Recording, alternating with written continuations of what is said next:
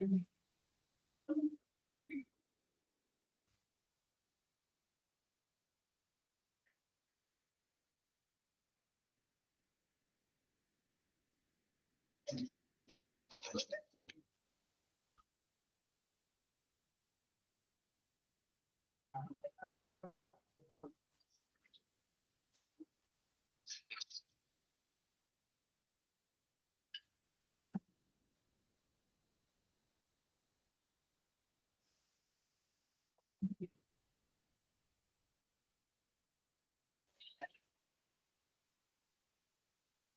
morning.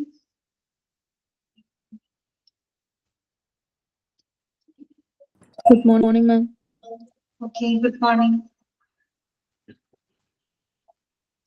തുടങ്ങാം. അപ്പൊ ഇന്നത്തെ ക്ലാസ് സ്റ്റാർട്ട് ചെയ്യാം കേട്ടോ. എല്ലാവർക്കും ഒരിക്കൽ കൂടെ ഗുഡ് മോർണിംഗ് പറയാന്. ഓക്കെ ആര്യ, തുടങ്ങാം കേട്ടോ ഇന്നത്തെ ക്ലാസ്. കഴിഞ്ഞ ക്ലാസ്സിൽ നമ്മൾ പുതിയൊരു ചാപ്റ്റർ നമ്മൾ സ്റ്റാർട്ട് ചെയ്തിരുന്നു അല്ലെ. എത്തിക്കൽ ആൻഡ് ലീഗൽ ഇഷ്യൂസ് എന്ന് പറയുന്ന പുതിയൊരു ചാപ്റ്റർ നമ്മൾ സ്റ്റാർട്ട് ചെയ്തു. എന്താണ് എത്തിക്സ് എന്നുള്ളത് നമ്മൾ പഠിച്ചിട്ട് അല്ലെ. എന്താണ് എത്തിക്സ്? അത് തന്നെയാണ് കോഡ് ഓഫ് കണ്ടക്ട് അല്ലെങ്കിൽ കോഡ് ഓഫ് ബിഹേവിയർ എന്നൊക്കെ പറയുന്നത് അല്ലെ. നമ്മൾ മൂന്ന് ഡെഫിനിഷൻസ് അതിന് കണ്ടിരിക്കുന്നു കേട്ടോ. എത്തിക്സ് എന്താണ്, പിന്നെ നമ്മൾ ലീഗൽ ആസ്പെക്റ്റുകൾ മനസ്സിലാക്കി, അതായത് ലോ എന്താണ് നിയമം, അതിനും നമ്മൾ മൂന്ന് ഡെഫിനിഷൻസ് പഠിച്ചിട്ടുണ്ടായിരുന്നു. ഓക്കെ, പിന്നെ ഒരു ഹോസ്പിറ്റൽ അഡ്മിനിസ്ട്രേറ്റർമാര് അഡ്മിനിസ്ട്രേഷൻ ഇത്തരത്തിലുള്ള എത്തിക്കൽ ആൻഡ് ലീഗൽ ആസ്പെക്റ്റുകൾ അറിയേണ്ടതിന്റെ ആവശ്യകതകൾ എന്തൊക്കെയാണ് അതും നമ്മൾ പറഞ്ഞിരുന്നു അല്ലെ. അതിന് കുറച്ച് റീസൺസുകളൊക്കെ അവിടെ പറഞ്ഞിട്ടുണ്ടായിരുന്നു അല്ലെ. മെഡിക്കോ ലീഗൽ കേസുകളുടെ എണ്ണം വർദ്ധിച്ചു വരുന്ന സാഹചര്യമുണ്ട്. അതുപോലെ തന്നെ മെഡിക്കോ ലീഗൽ കേസുകളിലെ എക്സ്പേർട്ട് ആയിട്ടുള്ള ലോയർമാരുടെ ആ ഒരു പരിമിതികൾ അല്ലെ, ലിമിറ്റേഷൻസ്, എണ്ണത്തിലുള്ള ആ ഒരു കുറവ്, അങ്ങനെയൊക്കെ നമ്മൾ ഒരുപാട് കാര്യങ്ങൾ മനസ്സിലാക്കിയിരുന്നു അല്ലെ. പിന്നെ നമ്മൾ എന്താണ് MLC എന്ന് പറഞ്ഞു അല്ലെ, മെഡിക്കോ ലീഗൽ കേസ് എന്ന് പറഞ്ഞാല് എന്താണ്. അപ്പൊ നമ്മൾ പറഞ്ഞു നിയമപരമായിട്ടുള്ള അന്വേഷണങ്ങൾ ആവശ്യമായിട്ട് വരുന്ന മെഡിക്കൽ കേസുകളെയാണ് നമ്മൾ MLC എന്ന് പറയുന്നത് അല്ലെ, മെഡിക്കോ ലീഗൽ കേസ്. പ്രത്യേകിച്ച് നമ്മുടെ പോലീസിന്റെ കോടതിയുടെ ഒക്കെ അന്വേഷണങ്ങൾ ആവശ്യമായിട്ട് വരുന്ന മെഡിക്കൽ കേസുകൾ അല്ലെ, അതിനെയാണ് നമ്മൾ MLC എന്നതോട് ഉദ്ദേശിക്കുന്നത്. പിന്നെ നമ്മൾ പറഞ്ഞത് മെഡിക്കോ ലീഗൽ കേസുകൾക്ക് കുറച്ച് എക്സാമ്പിളുകൾ കണ്ടിട്ടുണ്ട് അല്ലെ. എക്സാമ്പിളുകൾ തന്നിട്ട് ഇതിൽ താഴെ തന്നിരിക്കുന്നവയിൽ ഏതാണ് മെഡിക്കോ ലീഗൽ കേസിൽ ഉൾപ്പെടുന്നത് ഏതാണ്, ആ രീതിയിലൊക്കെയുള്ള ക്വസ്റ്റ്യൻസ് വരാം കേട്ടോ. അതൊക്കെ ഒന്ന് ശ്രദ്ധിച്ചു വയ്ക്കുക. ഇതുവരെയാണ് നമ്മൾ കഴിഞ്ഞ ക്ലാസ്സിൽ ഡിസ്കസ് ചെയ്തത്. വായിച്ചു നോക്കിയില്ലേ? ക്ലിയർ ആയോ നമുക്ക്? അത്രയും ഭാഗങ്ങളൊക്കെ ഫോളോ ചെയ്ത് പോകാൻ പറ്റുന്നുണ്ടല്ലോ അല്ലെ. ഓക്കെ, അങ്ങനെയാണെങ്കിൽ നമുക്ക് ഇന്നത്തെ നോക്കാം കേട്ടോ. ഓൾ മ്യൂട്ട് ചെയ്യാണ്.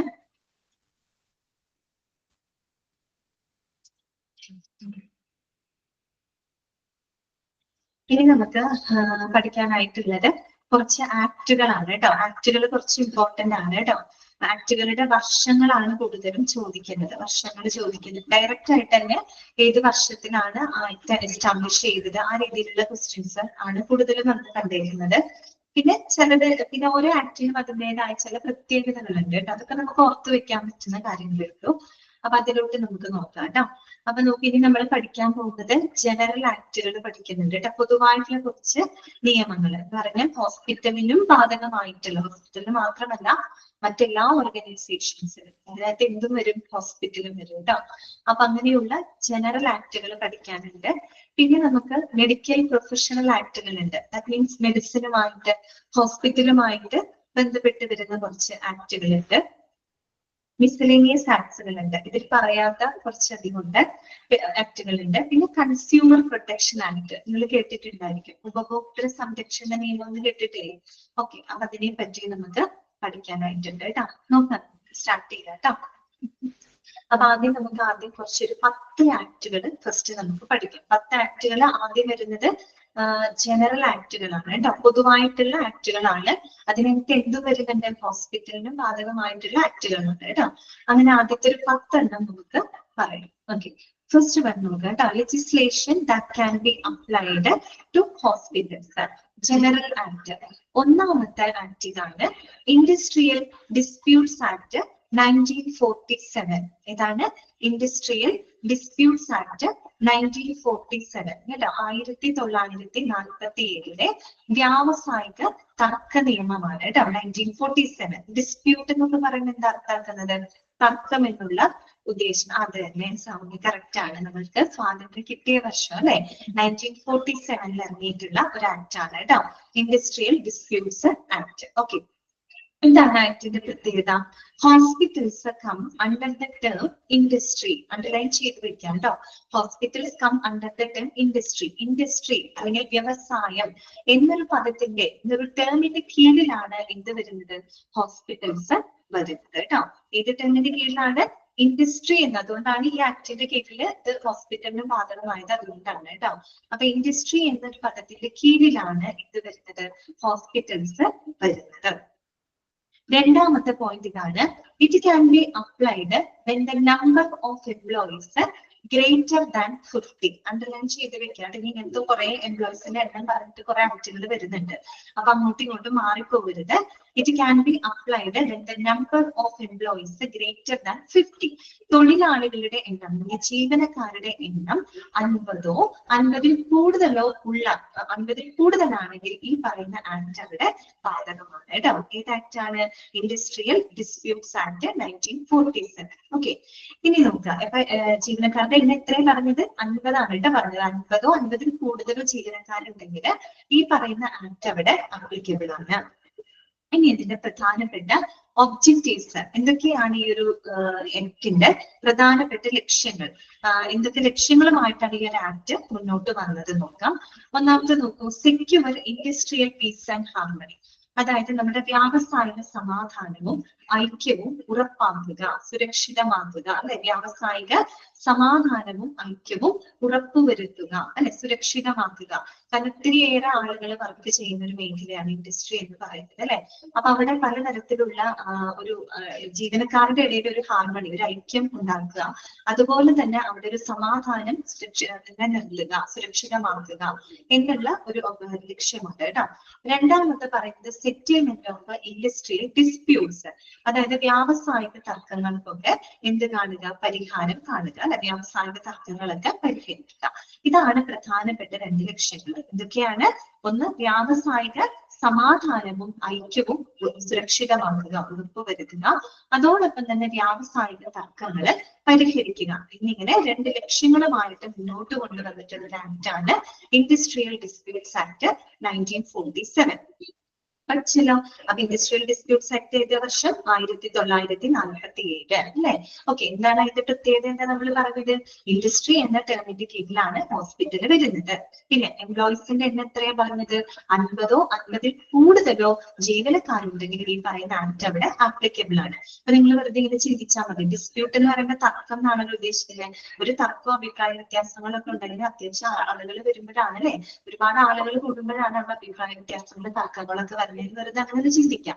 ഒരു 50 ആൾക്കാരുണ്ടെന്ന് വിചാരിക്കാം. അപ്പൊ ഭയങ്കര തർക്കം ഉണ്ടാവാനുള്ള ചാൻസ് കൂടുതലാണ്. അതൊക്കെ വെറുതെ ഒന്ന് കണക്ട് ചെയ്യാം കേട്ടോ.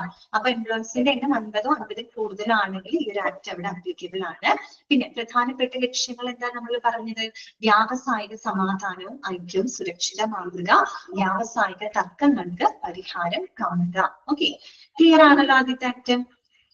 രണ്ടാമത്തെ സെക്കൻഡ് ആക്ട് ഇതാണ് മിനിമം വേജസ് ആക്ട് 1948 ആണ് കേട്ടോ. 1948 മിനിമം വേജസ് ആക്ട് ആണ് കേട്ടോ. മിനിമം വേതന നിയമമാണ്. മിനിമം വേതന നിയമം അതിൽ ചെറിയൊരു സെന്റൻസ് മാത്രമേ ഇതിനകത്ത് പറഞ്ഞിട്ടുള്ളൂ. Minimum wages fixed for the different group of workers ആണ്. ഫുൾ സ്റ്റോപ്പ് വേണം കേട്ടോ. നെക്സ്റ്റ് പറയുന്നത് അടുത്ത ആക്ട് ആണ് കേട്ടോ. അത് കയറി വന്നേക്കുന്നതാണ്. ഇതിൽ ഇത്രയും പറയുന്നുള്ളൂ. Minimum wages fixed for the different group of workers കേട്ടോ. നമ്മുടെ വിവിധ ഗ്രൂപ്പ് തൊഴിലാളികൾക്ക് ഉള്ള ഒരു മിനിമം വേതനം. നമ്മൾ ആ ഒരു കാലഘട്ടത്തിലൊക്കെ ഗ്രൂപ്പ് തൊഴിലാളികൾക്കൊക്കെ മിനിമം ഇത്ര വേതനമെങ്കിലും അവർക്ക് കൊടുത്തിരിക്കണം. അവരുടെ സുരക്ഷ, അവരുടെ സെക്യൂരിറ്റിക്ക് ഒക്കെ വേണ്ടിയിട്ട് കൊണ്ടുവന്നിട്ടുള്ള ഒരു ആക്ട് ആണ് കേട്ടോ. അപ്പൊ വിവിധ ഗ്രൂപ്പ് തൊഴിലാളികളുടെ മിനിമം വേതനം, അവർക്ക് മിനിമം ഇത്ര വേതനമെങ്കിലും കൊടുക്കണം, ഒരു ഫിക്സഡ് വേതനം അവർക്ക് കൊടുക്കണം എന്നുള്ള ആ ഒരു ലക്ഷ്യത്തോട് കൂടിയിട്ട് അത്രേ ഉള്ളൂ. അപ്പോൾ വിവിധ ഗ്രൂപ്പ് തൊഴിലാളികളുടെ മിനിമം വേതനവുമായിട്ട് ബന്ധപ്പെട്ട് വന്ന ആക്ട് ആണ് മിനിമം വേജസ് ആക്ട്. വർഷം എത്രയാണ്? 1948 കേട്ടോ, 1948 minimum wages act. Clear? Next നമുക്ക് പഠിക്കാനുള്ളത് മൂന്നാമത്തെ ആക്ട് ഇതാണ്, എംപ്ലോയീസ് പ്രൊവിഡന്റ് ഫണ്ട് ആക്ട് 1952. ഇതാണ് employees provident fund act 1952, 1952 employees PF act, provident fund അല്ലെ, PF എന്ന് നിങ്ങൾ കേട്ടിട്ടില്ലേ? ഓക്കെ, അതെ അതെ, PF ആക്ട് ആണ് കേട്ടോ, 1952, വർഷം 1952. നമ്മൾ പൊതുവെ PF എന്നൊക്കെ പറയുമ്പോൾ നമുക്ക് എന്ത് പറയാം, ഒരു റിട്ടയർമെന്റ് ആനുകൂല്യ പദ്ധതി അല്ലെങ്കിൽ ഒരു എന്താ പറയാ സുരക്ഷാ സേവിംഗ് സ്കീംസ് ഒക്കെ നമുക്ക് വേണമെങ്കിൽ പറയാം അല്ലെ, PF അങ്ങനെ പറയാം. പിന്നെ മാത്രമല്ല PF എന്ന് പറയുന്നത് ശരിക്കും പറയുമ്പോൾ ലക്ഷങ്ങൾ സാലറി വാങ്ങുന്ന ആളുകൾ ഉദ്ദേശിച്ചിട്ടല്ല, വളരെ സാധാരണക്കാരായിട്ടുള്ള ആളുകൾക്ക് ഉപകാരപ്പെടുന്നതിന് വേണ്ടി അവരുടെ ഒരു സുരക്ഷാ സമ്പാദ്യ പദ്ധതി എന്നുള്ള രീതിയിലാണ് PF-നെ കണക്കാക്കുന്നത് കേട്ടോ. അല്ലാണ്ട് ഒരിക്കലും വലിയ വലിയ സാലറി വാങ്ങുന്ന ആളുകളെല്ലാം അവിടെ മെയിൻ ആയിട്ട് ഫോക്കസ് ചെയ്യുന്നത് സാധാരണക്കാരായിട്ടുള്ള ആളുകൾക്ക് കേട്ടോ, അവർക്ക് വേണ്ടിയിട്ടുള്ള ഒരു സുരക്ഷാ സേവിങ്സ് പദ്ധതി എന്നൊക്കെ നമുക്ക് പറയാം. ഓക്കെ, PF എന്ന് പറയുന്നത്. അപ്പൊ മിക്കവാറും നമുക്ക് PF ഒക്കെ എന്തെങ്കിലും അത്യാവശ്യം നമുക്ക് ഒരു എമർജൻസി വരുന്ന സിറ്റുവേഷനിൽ നമുക്ക് അതിൽ നിന്ന് ആ PF പിൻവലിച്ചിട്ട് വിത്ഡ്രോ ചെയ്തിട്ട് നമുക്ക് എന്തെങ്കിലും കാര്യങ്ങൾക്കൊക്കെ അത് തന്നെ സാലറിയിൽ നിന്ന് മാറ്റി വെക്കുന്നതാണ്. അപ്പൊ നമുക്ക് അതിന് വേണ്ടിയിട്ട് ഉപയോഗപ്പെടുത്താനായിട്ട് സാധിക്കും. ഓക്കെ, ക്ലിയർ ആണല്ലോ? അപ്പൊ എന്താണ് നോക്കാം, എന്തായാലും പറയുന്നത്, the employer is needed to retrieve from its employees at stipulated rates, donate an equal amount as employees share and credit the fund regularly with the government. അപ്പൊ ഒരു കാര്യം പറയാണ്, നിങ്ങൾക്ക് അറിയാവുന്നതാണ് എങ്കിലും കൺഫ്യൂഷൻ ഇല്ലാണ്ടിരിക്കാൻ വേണ്ടി പറയാണ്, എംപ്ലോയറും എംപ്ലോയിയും മാറിപ്പോകരുത് കേട്ടോ. എംപ്ലോയർ എന്ന് പറഞ്ഞു കഴിഞ്ഞാൽ തൊഴിലുടമകളാണ് കേട്ടോ, നിങ്ങൾക്ക് അറിയാവുന്നതായിരിക്കാം എങ്കിലും ഞാൻ പറയാണ്, പെട്ടെന്ന് കേൾക്കുമ്പോൾ മാറിപ്പോകരുത്. എംപ്ലോയർ ER, എംപ്ലോയർ എന്ന് പറഞ്ഞാൽ തൊഴിലുടമകളാണ് കേട്ടോ. അത് തന്നെ സൗമ്യ, എംപ്ലോയർ ജോബ് ഗീവർ ആണ് അല്ലെ, തൊഴിലുടമകൾ തൊഴിൽദാതാക്കളാണ് കേട്ടോ, മുതലാളിമാരാണ്. എംപ്ലോയി എന്ന് പറഞ്ഞാൽ തൊഴിലാളികളാണ്. ഓക്കെ, നിങ്ങൾക്ക് അറിയാവുന്നതാണ്. അപ്പൊ നോക്കുക, employer is needed to retrieve from its employees at stipulated rates. അതായത് ഇത് ഇത്ര ഉദ്ദേശിക്കുന്നുള്ളൂ, തൊഴിലുടമകള് തൊഴിലാളികളുടെ വേതനത്തിന്റെ ഒരു നിശ്ചിത ഭാഗം, ഇപ്പൊ നേരത്തെ സൗമ്യ പറഞ്ഞല്ലോ നമ്മുടെ സാലറിയിൽ നിന്ന് മാറ്റിവെക്കുന്നതാണ് അല്ലെ, എന്നതുപോലെ അതായത് തൊഴിലാളികളുടെ വേതനത്തിന്റെ ഒരു നിശ്ചിത ഭാഗം ഈ പറയുന്ന PF-ലേക്ക് റിട്രീവ് ചെയ്യുമ്പോൾ, വീണ്ടെടുക്കുമ്പോൾ അതേ തുകയ്ക്ക് തുല്യമായിട്ടുള്ള എമൗണ്ട് ആരും PF-ലേക്ക് കോൺട്രിബ്യൂട്ട് ചെയ്യുന്നുണ്ട്, എംപ്ലോയറും PF-ലോട്ട് കോൺട്രിബ്യൂട്ട് ചെയ്യുന്നുണ്ട്. ദാറ്റ് മീൻസ് തൊഴിലുടമകളും കോൺട്രിബ്യൂട്ട് ചെയ്യുന്നുണ്ട്. അത് ശ്രദ്ധിക്കാം. അതായത് എംപ്ലോയീസ് ജീവനക്കാരിൽ നിന്ന്, തൊഴിലാളികളില് അവരുടെ വേതനത്തിന്റെ ഒരു നിശ്ചിത ഭാഗം PF-ലോട്ട് റിട്രീവ് ചെയ്യുമ്പോൾ, വീണ്ടെടുക്കുമ്പോൾ, ദാറ്റ് മീൻസ് PF-ലേക്ക് കോൺട്രിബ്യൂട്ട് ചെയ്യുമ്പോൾ അതേ തുകയ്ക്ക് തുല്യമായിട്ടുള്ള തുക തന്നെ ആരും കോൺട്രിബ്യൂട്ട് ചെയ്യുന്നുണ്ട്, എംപ്ലോയർ, തൊഴിലുടമകൾ അല്ലെ, തൊഴിലുടമകളും അവരുടെ PF-ലോട്ട് എന്ത് ചെയ്യുന്നുണ്ട്, കോൺട്രിബ്യൂട്ട് ചെയ്യുന്നുണ്ട്. ചുരുക്കി പറഞ്ഞു കഴിഞ്ഞാൽ ജീവനക്കാരും അതുപോലെ തന്നെ തൊഴിലുടമകളും രണ്ടു കൂട്ടരും എന്തിലേക്ക് കോൺട്രിബ്യൂട്ട് ചെയ്യുന്നുണ്ട്, PF-ലോട്ട് കോൺട്രിബ്യൂട്ട് ചെയ്യുന്നുണ്ട്. അപ്പൊ ഇവിടെ പറയുന്നുണ്ട്, ഓക്കെ, കോൺട്രിബ്യൂട്ട് ചെയ്യുന്നുണ്ട്. ഒരു എക്സാമ്പിൾ പറയുകയാണെങ്കിൽ ഇപ്പൊ ഒരു ജീവനക്കാരന് 1000 രൂപയാണ് വേതനം എന്ന് ഇരിക്കട്ടെ, 1000 രൂപ വേതനം ഉണ്ടെന്ന് വിചാരിക്കാം. അപ്പൊ നമ്മൾ പറഞ്ഞു ഇവിടെ സ്റ്റിപ്പുലേറ്റഡ് റേറ്റ് എന്ന് പറയും, നിശ്ചിത നിരക്കിലാണ് സാലറിയിൽ നിന്ന് ഈടാക്കുന്നത്. സാധാരണ ഒരു 12% ഒക്കെയാണ് പൊതുവെ പറയാറുള്ളത് കേട്ടോ. അതെ സഞ്ജു, സ്റ്റിപ്പുലേറ്റഡ് റേറ്റ് എന്ന് പറഞ്ഞ ഒരു നിശ്ചിത നിരക്കിൽ സാധാരണ PF 12% ആണ് തോന്നുന്നുണ്ട്, എനിക്ക് കുഴപ്പമില്ല, 12 ആണെന്ന് തോന്നുന്നു, 12% ആണ്, ആ ഒരു നിരക്കിലാണ് ഈടാക്കുന്നത്. അപ്പൊ ഒരു 1000 രൂപ വേതനം ഉണ്ടെന്ന് ഇരിക്കട്ടെ, അപ്പൊ അതിന്റെ ഒരു 12% സ്റ്റിപ്പുലേറ്റഡ് റേറ്റ് എന്ന് പറയുന്നത് പൊതുവെ PF-ൽ എടുക്കുന്നത് 12% ആണ്. ഓക്കെ, അപ്പൊ ഒരു 1000 രൂപ വേതനം എന്നിരിക്കട്ടെ, അതിലൊരു 12% എന്ന് പറയുമ്പോൾ എത്ര വരും, 120 രൂപ വരും അല്ലെ. ഓക്കെ, ആ 120 രൂപ ജീവനക്കാര് അവരുടെ ശമ്പളത്തിൽ നിന്ന് PF-ലേക്ക് കോൺട്രിബ്യൂട്ട് ചെയ്യുമ്പോൾ അതേ 120 രൂപ തന്നെ എംപ്ലോയർ, തൊഴിലുടമകളും എന്തിലേക്ക് കോൺട്രിബ്യൂട്ട് ചെയ്യാണ്, PF-ലോട്ട് കോൺട്രിബ്യൂട്ട് ചെയ്യാണ്. മനസ്സിലായോ? രണ്ടു കൂട്ടരും ഒരുപോലെ എന്തിലോട്ട് കോൺട്രിബ്യൂട്ട് ചെയ്യുന്നുണ്ട്, PF-ലോട്ട്. തുല്യ റേറ്റിലാണ് കേട്ടോ, തുല്യ തുക തന്നെയാണ് അവിടെ കോൺട്രിബ്യൂട്ട് ചെയ്യുന്നത്. ദാറ്റ് ഈസ് കോൾഡ് PF കേട്ടോ. അപ്പൊ സാധാരണ ഇതിലേക്ക് ഈ ഫണ്ട് പോകുന്നത് ഗവൺമെന്റിലോട്ടാണ് ഈ ഒരു ഫണ്ട് പോകുന്നത് കേട്ടോ. പിന്നെ അവർക്ക് എന്തെങ്കിലും ആവശ്യം വരുന്ന സമയത്ത് PF വിത്ഡ്രോ ചെയ്തിട്ട് അവരുടെ എന്തെങ്കിലും കാര്യങ്ങൾക്ക് വേണ്ടിയിട്ട് ഉപയോഗിക്കാം. അതാണ് അവിടെ എഴുതിയിരിക്കുന്നത്. ഇനി ഒന്ന് വായിച്ചു നോക്കിയേ. Employer is needed to retrieve from its employees at stipulated rates അല്ലെ. അതായത് എംപ്ലോയീസിന്റെ വേതനത്തിന് ഒരു സ്റ്റിപ്പുലേറ്റഡ് റേറ്റില് ഒരു നിശ്ചിത തുകയാണ് അല്ലെ, ഒരു നിശ്ചിത നിരക്കില് റിട്രീവ് ചെയ്യുമ്പോൾ PF വീണ്ടെടുക്കുമ്പോൾ donate an equal amount as employees share, അതായത് തൊഴിലുടമകള് അതേ ഈക്വൽ എമൗണ്ട് തന്നെ അവരുടെ ഷെയർ ആയിട്ട് PF കോൺട്രിബ്യൂട്ട് ചെയ്യാണ്. And credit the fund regularly with the government. ഈ ഫണ്ട് നേരെ എവിടേക്കാണ് പോകുന്നത്? ഗവൺമെന്റിലോട്ടാണ് പോകുന്നത് കേട്ടോ. ഇത്രയുള്ള മനസ്സിലാക്കാനായിട്ട്. ഇനി നോക്കുക, it can be applied when the number of employees are greater than 20. Note ചെയ്ത് വെക്കാം കേട്ടോ. നേരത്തെ ഡിസ്പ്യൂട്ട് പറഞ്ഞ് 50 ആണ് പറഞ്ഞത്, മാറിപ്പോകരുത്. ഇവിടെ എത്തുമ്പോൾ 20 ആണ് കേട്ടോ. അതായത് it can be applied when the number of employees greater than 20 കേട്ടോ. ജീവനക്കാരുടെ എണ്ണം 20ഓ 20ൽ കൂടുതലോ ആണെങ്കിൽ ഈ പറയുന്ന ആക്ട് അവിടെ ആപ്ലിക്കബിൾ ആണ് കേട്ടോ. ഒരു 20 ജീവനക്കാർക്ക് വർക്ക് ചെയ്യുന്ന സ്ഥാപനത്തിന് ശരിക്കും പറഞ്ഞാൽ അതിൽ കൂടുതലൊക്കെ എനിക്ക് PF കൊടുക്കണം എന്നാണ് കേട്ടോ. ഓക്കെ, അതാണ് ഇവിടെ ഉദ്ദേശിക്കുന്നത്. പിന്നെന്താണ്? Non compliance is punishable by the imprisonment. ഏതെങ്കിലും കാരണവശാൽ ഈ ഒരു ആക്ട് പാലിക്കുന്നില്ല എങ്കിൽ അല്ലെ, നോൺ കംപ്ലൈൻസ് പാലിക്കപ്പെടുന്നില്ല, അതിനെ അനുസരിക്കാതിരുന്നു കഴിഞ്ഞാല് വയലേറ്റ് ചെയ്ത് കഴിഞ്ഞാൽ അവിടെ എന്താണ്, ജയിൽ ശിക്ഷ വരെ ലഭിച്ചേക്കാം. നമുക്കറിയാലോ, മിക്കവാറും ലോയിൽ നമ്മൾ വയലേറ്റ് ചെയ്ത് കഴിഞ്ഞാൽ നമുക്ക് പല വിധത്തിലുള്ള എന്താ പറയാ ഫൈനൊക്കെ അടയ്ക്കേണ്ടതായിട്ട് വരും അല്ലെ. ഓക്കെ, ഇത്രയേ ഉള്ളൂ അതിനകത്ത് മനസ്സിലാക്കാം. അപ്പൊ ഓർക്കുക, PF ആക്ട് എന്ന് പറയുന്നത് ഏത് വർഷമാണ്? 1952 ആണ് കേട്ടോ. അതിൽ തൊഴിലാളികളും തൊഴിലുടമകളും ഒരുപോലെ ഈക്വൽ എമൗണ്ട് തന്നെയാണ് PF കോൺട്രിബ്യൂട്ട് ചെയ്യുന്നത്. അത് നേരെ ചെയ്യുന്നത് ഗവൺമെന്റ് ഫണ്ടിലോട്ടാണ്. ജീവനക്കാരുടെ എണ്ണം 20ഓ 20ൽ കൂടുതലോ ആണെങ്കിൽ ഈ പറയുന്ന ആക്ട് അവിടെ ആപ്ലിക്കബിൾ ആണ്. ഈ ഒരു ആക്ട് വയലേറ്റ് ചെയ്യുന്ന പക്ഷം, ദാറ്റ് മീൻസ് പാലിക്കാതിരുന്നു കഴിഞ്ഞാൽ അത് ജയിൽ ശിക്ഷയ്ക്ക് വരെ കാരണമായേക്കാം. ക്ലിയർ ആണല്ലോ? 3 ആക്ടുകൾ ഓക്കെ അല്ലേ? Industrial dispute act 1947 and minimum wages act 1948, then employees provident fund act 1948. Okay, അടുത്തത് കേട്ടോ. നെക്സ്റ്റിലോട്ട് നമുക്ക് പോകാം. പേയ്മെന്റ് ഓഫ് ബോണസ് ആക്ട് 1965 കേട്ടോ. 1965 ബോണസ് ആക്ടിനെ പറ്റിയാണ് പറയുന്നത്. പൊതുവെ നമുക്കറിയാം അല്ലെ, ബോണസ് എന്നൊക്കെ പറയുമ്പോൾ എന്താണ്? നമുക്കൊരു ഫിക്സഡ് സാലറി ഉണ്ട് അല്ലെ. ഒരു ഫിക്സഡ് സാലറി ഉണ്ട്, പക്ഷെ അതിന് പുറമെ നമുക്ക് കിട്ടുന്ന ഒരു ആനുകൂല്യം അല്ലെ, ഒരു ബെനിഫിറ്റ്. പ്രത്യേകിച്ച് നമുക്ക് ഫെസ്റ്റിവൽ സീസൺ ഒക്കെ വരുമ്പോൾ നമുക്ക് എന്ത് കിട്ടും? ബോണസ് കിട്ടും അല്ലെ. ഓക്കെ, അപ്പൊ അത് അങ്ങനെ അറിയാലോ, നിങ്ങൾക്ക് അത് കേട്ടിട്ടുണ്ടല്ലോ.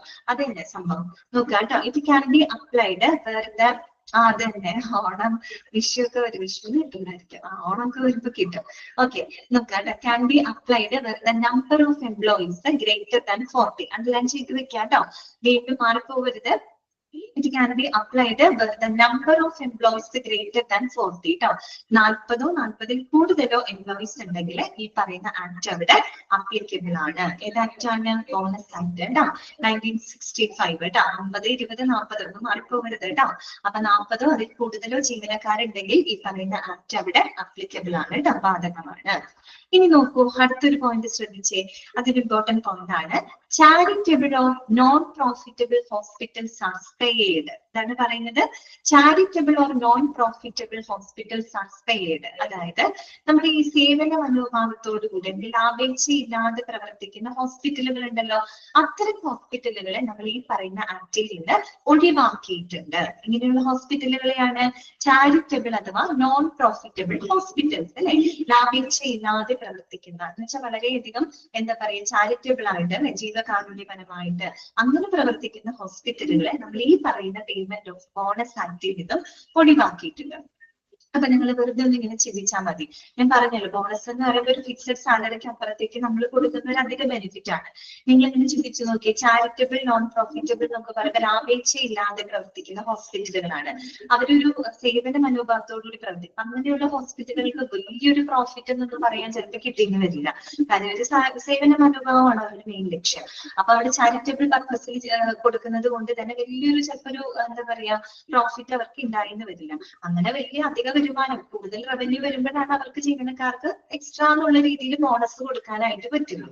ഇവർക്ക് അങ്ങനെ കിട്ടില്ല എന്ന് ഓർത്താൽ മതി. അതുകൊണ്ട് അവർക്ക് വലിയ കാര്യമായിട്ട് എംപ്ലോയർക്ക് എന്ത് കൊടുക്കാൻ പറ്റില്ല, ഫിക്സഡ് സാലറിക്ക് അപ്പുറത്തേക്ക് ഒരു തുക എന്നുള്ള രീതിയിൽ, ബോണസ് എന്നുള്ള രീതിയിൽ ആളുകൾക്ക് കൊടുക്കാനായിട്ട് പറ്റില്ല. ഓക്കെ, പിന്നെ ഒരു കാര്യം നിങ്ങൾ ചിന്തിക്കുക, ഒരിക്കലും ലാഭമില്ലാതെ ഒരു ഓർഗനൈസേഷൻ മുന്നോട്ട് പോകാനായിട്ട് സാധിക്കില്ല.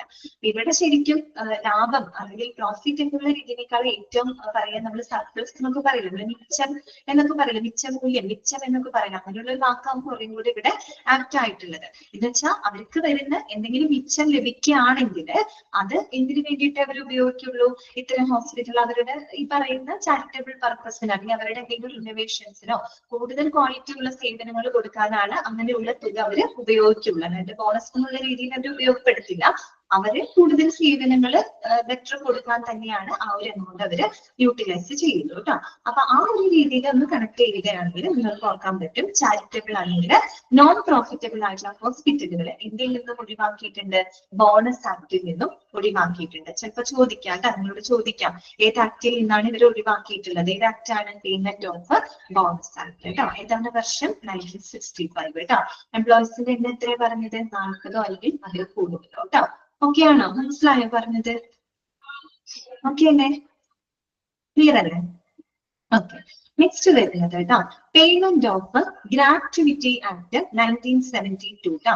1972 പേയ്മെന്റ് ഓഫ് ഗ്രാറ്റുവിറ്റി ആക്ട് ആണ് കേട്ടോ. പൊതുവെ നിങ്ങൾ കേട്ടിട്ടില്ലേ ഗ്രാറ്റുവിറ്റി? ഗ്രാറ്റുവിറ്റി എന്നൊക്കെ കേൾക്കുമ്പോൾ എന്താ മനസ്സിലേക്ക് ഓർമ്മ വരുന്നത്? സാധാരണ നമ്മൾ ജോലിയിൽ പിരിഞ്ഞു പോകുന്ന സമയത്ത് അല്ലെ, വയസ്സൊക്കെ ആകുമ്പോൾ നമുക്ക് ജോലി പിരിഞ്ഞു പോകുന്ന സമയത്ത് അല്ലെങ്കിൽ നമ്മുടെ മരണം അല്ലെ, മരണത്തോടൊക്കെ അനുബന്ധിച്ച് അങ്ങനെയൊക്കെ കിട്ടുന്നതാണ്. പൊതുവെ അങ്ങനെയാണ് നമ്മൾ ഗ്രാറ്റുവിറ്റി കിട്ടാന്നൊക്കെ നമ്മൾ പറയുന്നത് അല്ലെ. അത് മനസ്സിലിരിക്കട്ടെ. ഇനി നമുക്ക് വായിക്കാനായിട്ട്, ഗ്രാറ്റുവിറ്റി ഈസ് പേയബിൾ, ഇത് ഇമ്പോർട്ടന്റ് ആണ് കേട്ടോ, അത് നോട്ട് ചെയ്ത് വെക്കണേ.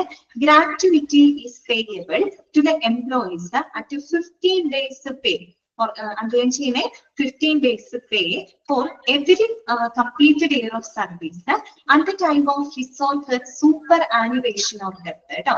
ഇങ്ങോട്ട് പറയാണ്, gratuity is payable to employees at 15 days pay for every completed year of service at the time of his or her superannuation or death. അതായത് സൂപ്പർആനുവേഷൻ, നമ്മളിപ്പോ ജോലിയിൽ പിരിഞ്ഞു പോകുന്ന സമയത്ത് അല്ലെങ്കിൽ മരണം സംഭവിക്കുകയാണ്. അപ്പൊ അങ്ങനെയുള്ള സാഹചര്യങ്ങളിലൊക്കെ ശ്രദ്ധിച്ചു കേൾക്കുക. അതായത് ഒരു ജീവനക്കാരൻ അവര് പൂർത്തിയാക്കിയിട്ടുള്ള ഓരോ വർഷത്തിനും, അവര് കംപ്ലീറ്റ് ചെയ്തിട്ടുള്ള ഓരോ വർഷത്തിലും 15 ദിവസത്തെ വേതനമാണ് എന്തായിട്ട് കൊടുക്കുന്നത്, ഗ്രാറ്റുവിറ്റി ആയിട്ട് പ്രൊവൈഡ് ചെയ്യുന്നത്. അതോടെ പറയാം, അതായത് സൂപ്പർആനുവേഷൻ അല്ലെങ്കിൽ അവർ ജോലിയിൽ നിന്ന് പിരിഞ്ഞു പോകുന്ന സമയത്ത് ഒരു പാരിതോഷികം എന്നുള്ള രീതിയിലൊക്കെയാണ് നമ്മളിത് കൊടുക്കുന്നത്.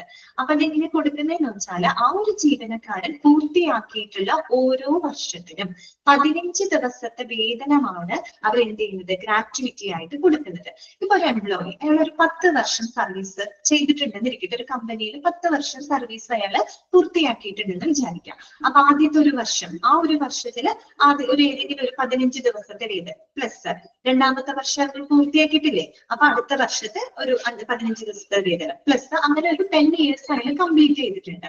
അങ്ങനെ പൂർത്തിയാക്കിയിട്ടുള്ളത് കംപ്ലീറ്റഡ് ഇയർ ആണ്, അതായത് പൂർത്തിയാക്കാത്തതല്ല, കംപ്ലീറ്റ് ചെയ്തിട്ടുള്ള ഓരോ വർഷത്തിനും ഒരു 15 ദിവസത്തെ വേതനമാണ് ടോട്ടൽ ആയിട്ട് അവർക്ക് ഒരു ഗ്രാറ്റുവിറ്റി ആയിട്ട് പ്രൊവൈഡ് ചെയ്യുന്നത് കേട്ടോ.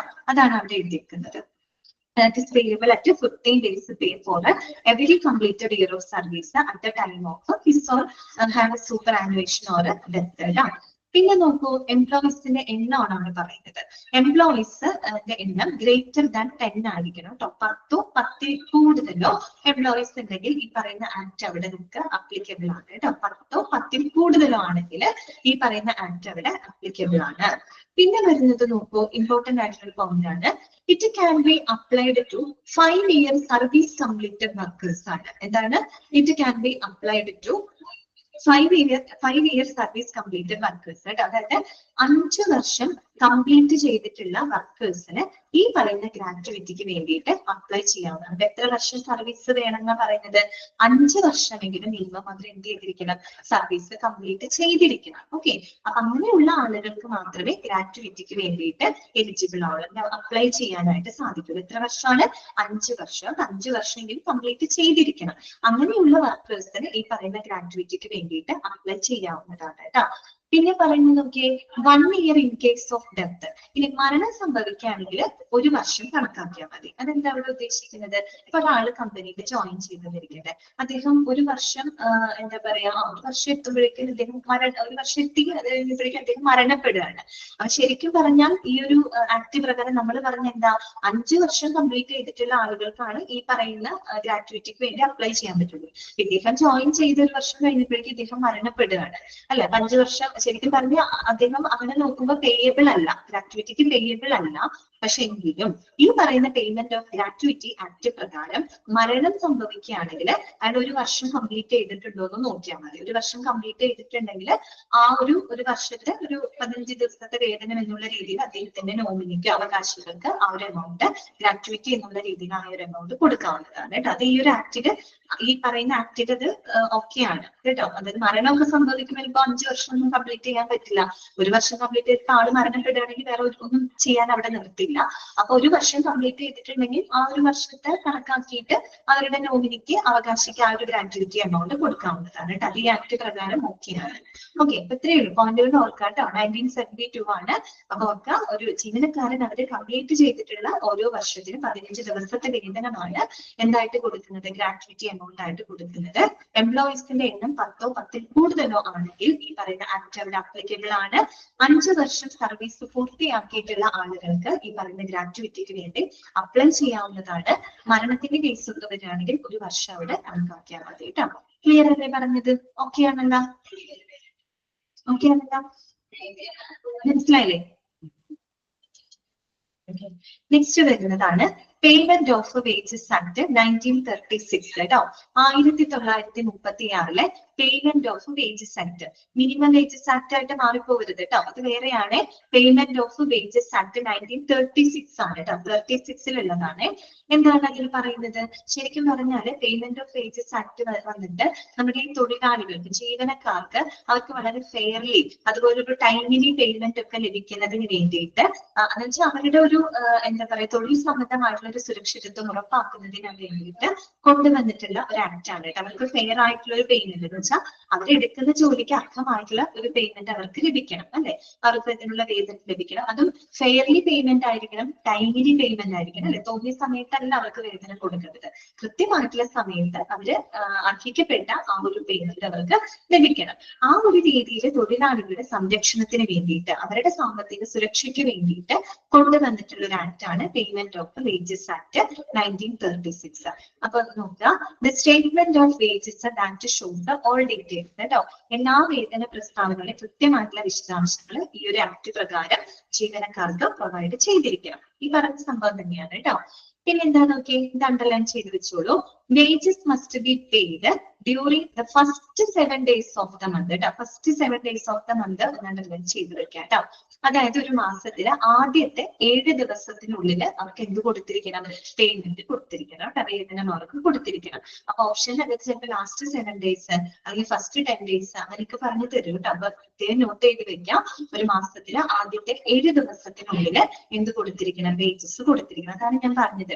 ഫെയർലി പേയ്മെന്റ് ആയിരിക്കണം, ടൈമിലി പേയ്മെന്റ് ആയിരിക്കണം. തോന്നിയ സമയത്ത് ശമ്പളം കൊടുത്തിട്ട് കാര്യമുണ്ടോ?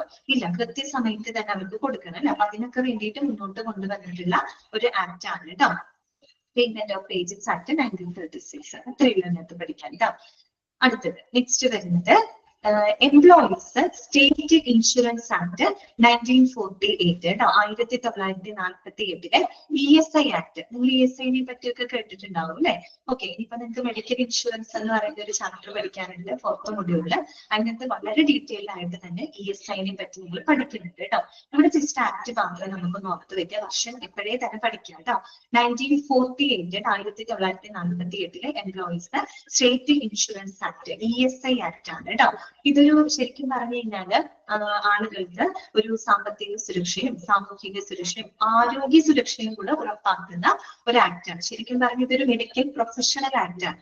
എന്ന് വെച്ച് കഴിഞ്ഞാൽ ആളുകൾക്ക് ഒരു ആരോഗ്യ ഇൻഷുറൻസ് പരിരക്ഷ കൊടുക്കുന്ന ഒരു ആക്ടാണ് കേട്ടോ. ESI act. ESI ആശുപത്രികളിൽ നിന്ന് നിങ്ങൾ കേട്ടിട്ടില്ലേ? അത് തന്നെ. അപ്പൊ അതൊരു ആരോഗ്യ ഇൻഷുറൻസ് പരിരക്ഷ കൊടുക്കുന്ന ഒരു ആക്ടാണ് കേട്ടോ. അപ്പൊ നോക്കുക, ഇതെന്താണ് പറയുന്നത്? It is the measure of social and health insurance. അതന്നെ, it is the measure of social and health insurance. ആളുകൾക്ക് സാമൂഹിക സുരക്ഷയും അതോടൊപ്പം സാമ്പത്തിക ഭദ്രതയും ആരോഗ്യ സുരക്ഷയും ഒക്കെ ഉറപ്പാക്കുന്ന ഒരു സ്കീമാണ് കേട്ടോ. പിന്നെ നോക്കൂ, അടുത്ത പോയിന്റ് നോക്കിയേ. It provides financial and medical benefits to the industrial employees as a precaution against sickness, maternity and employment related injury.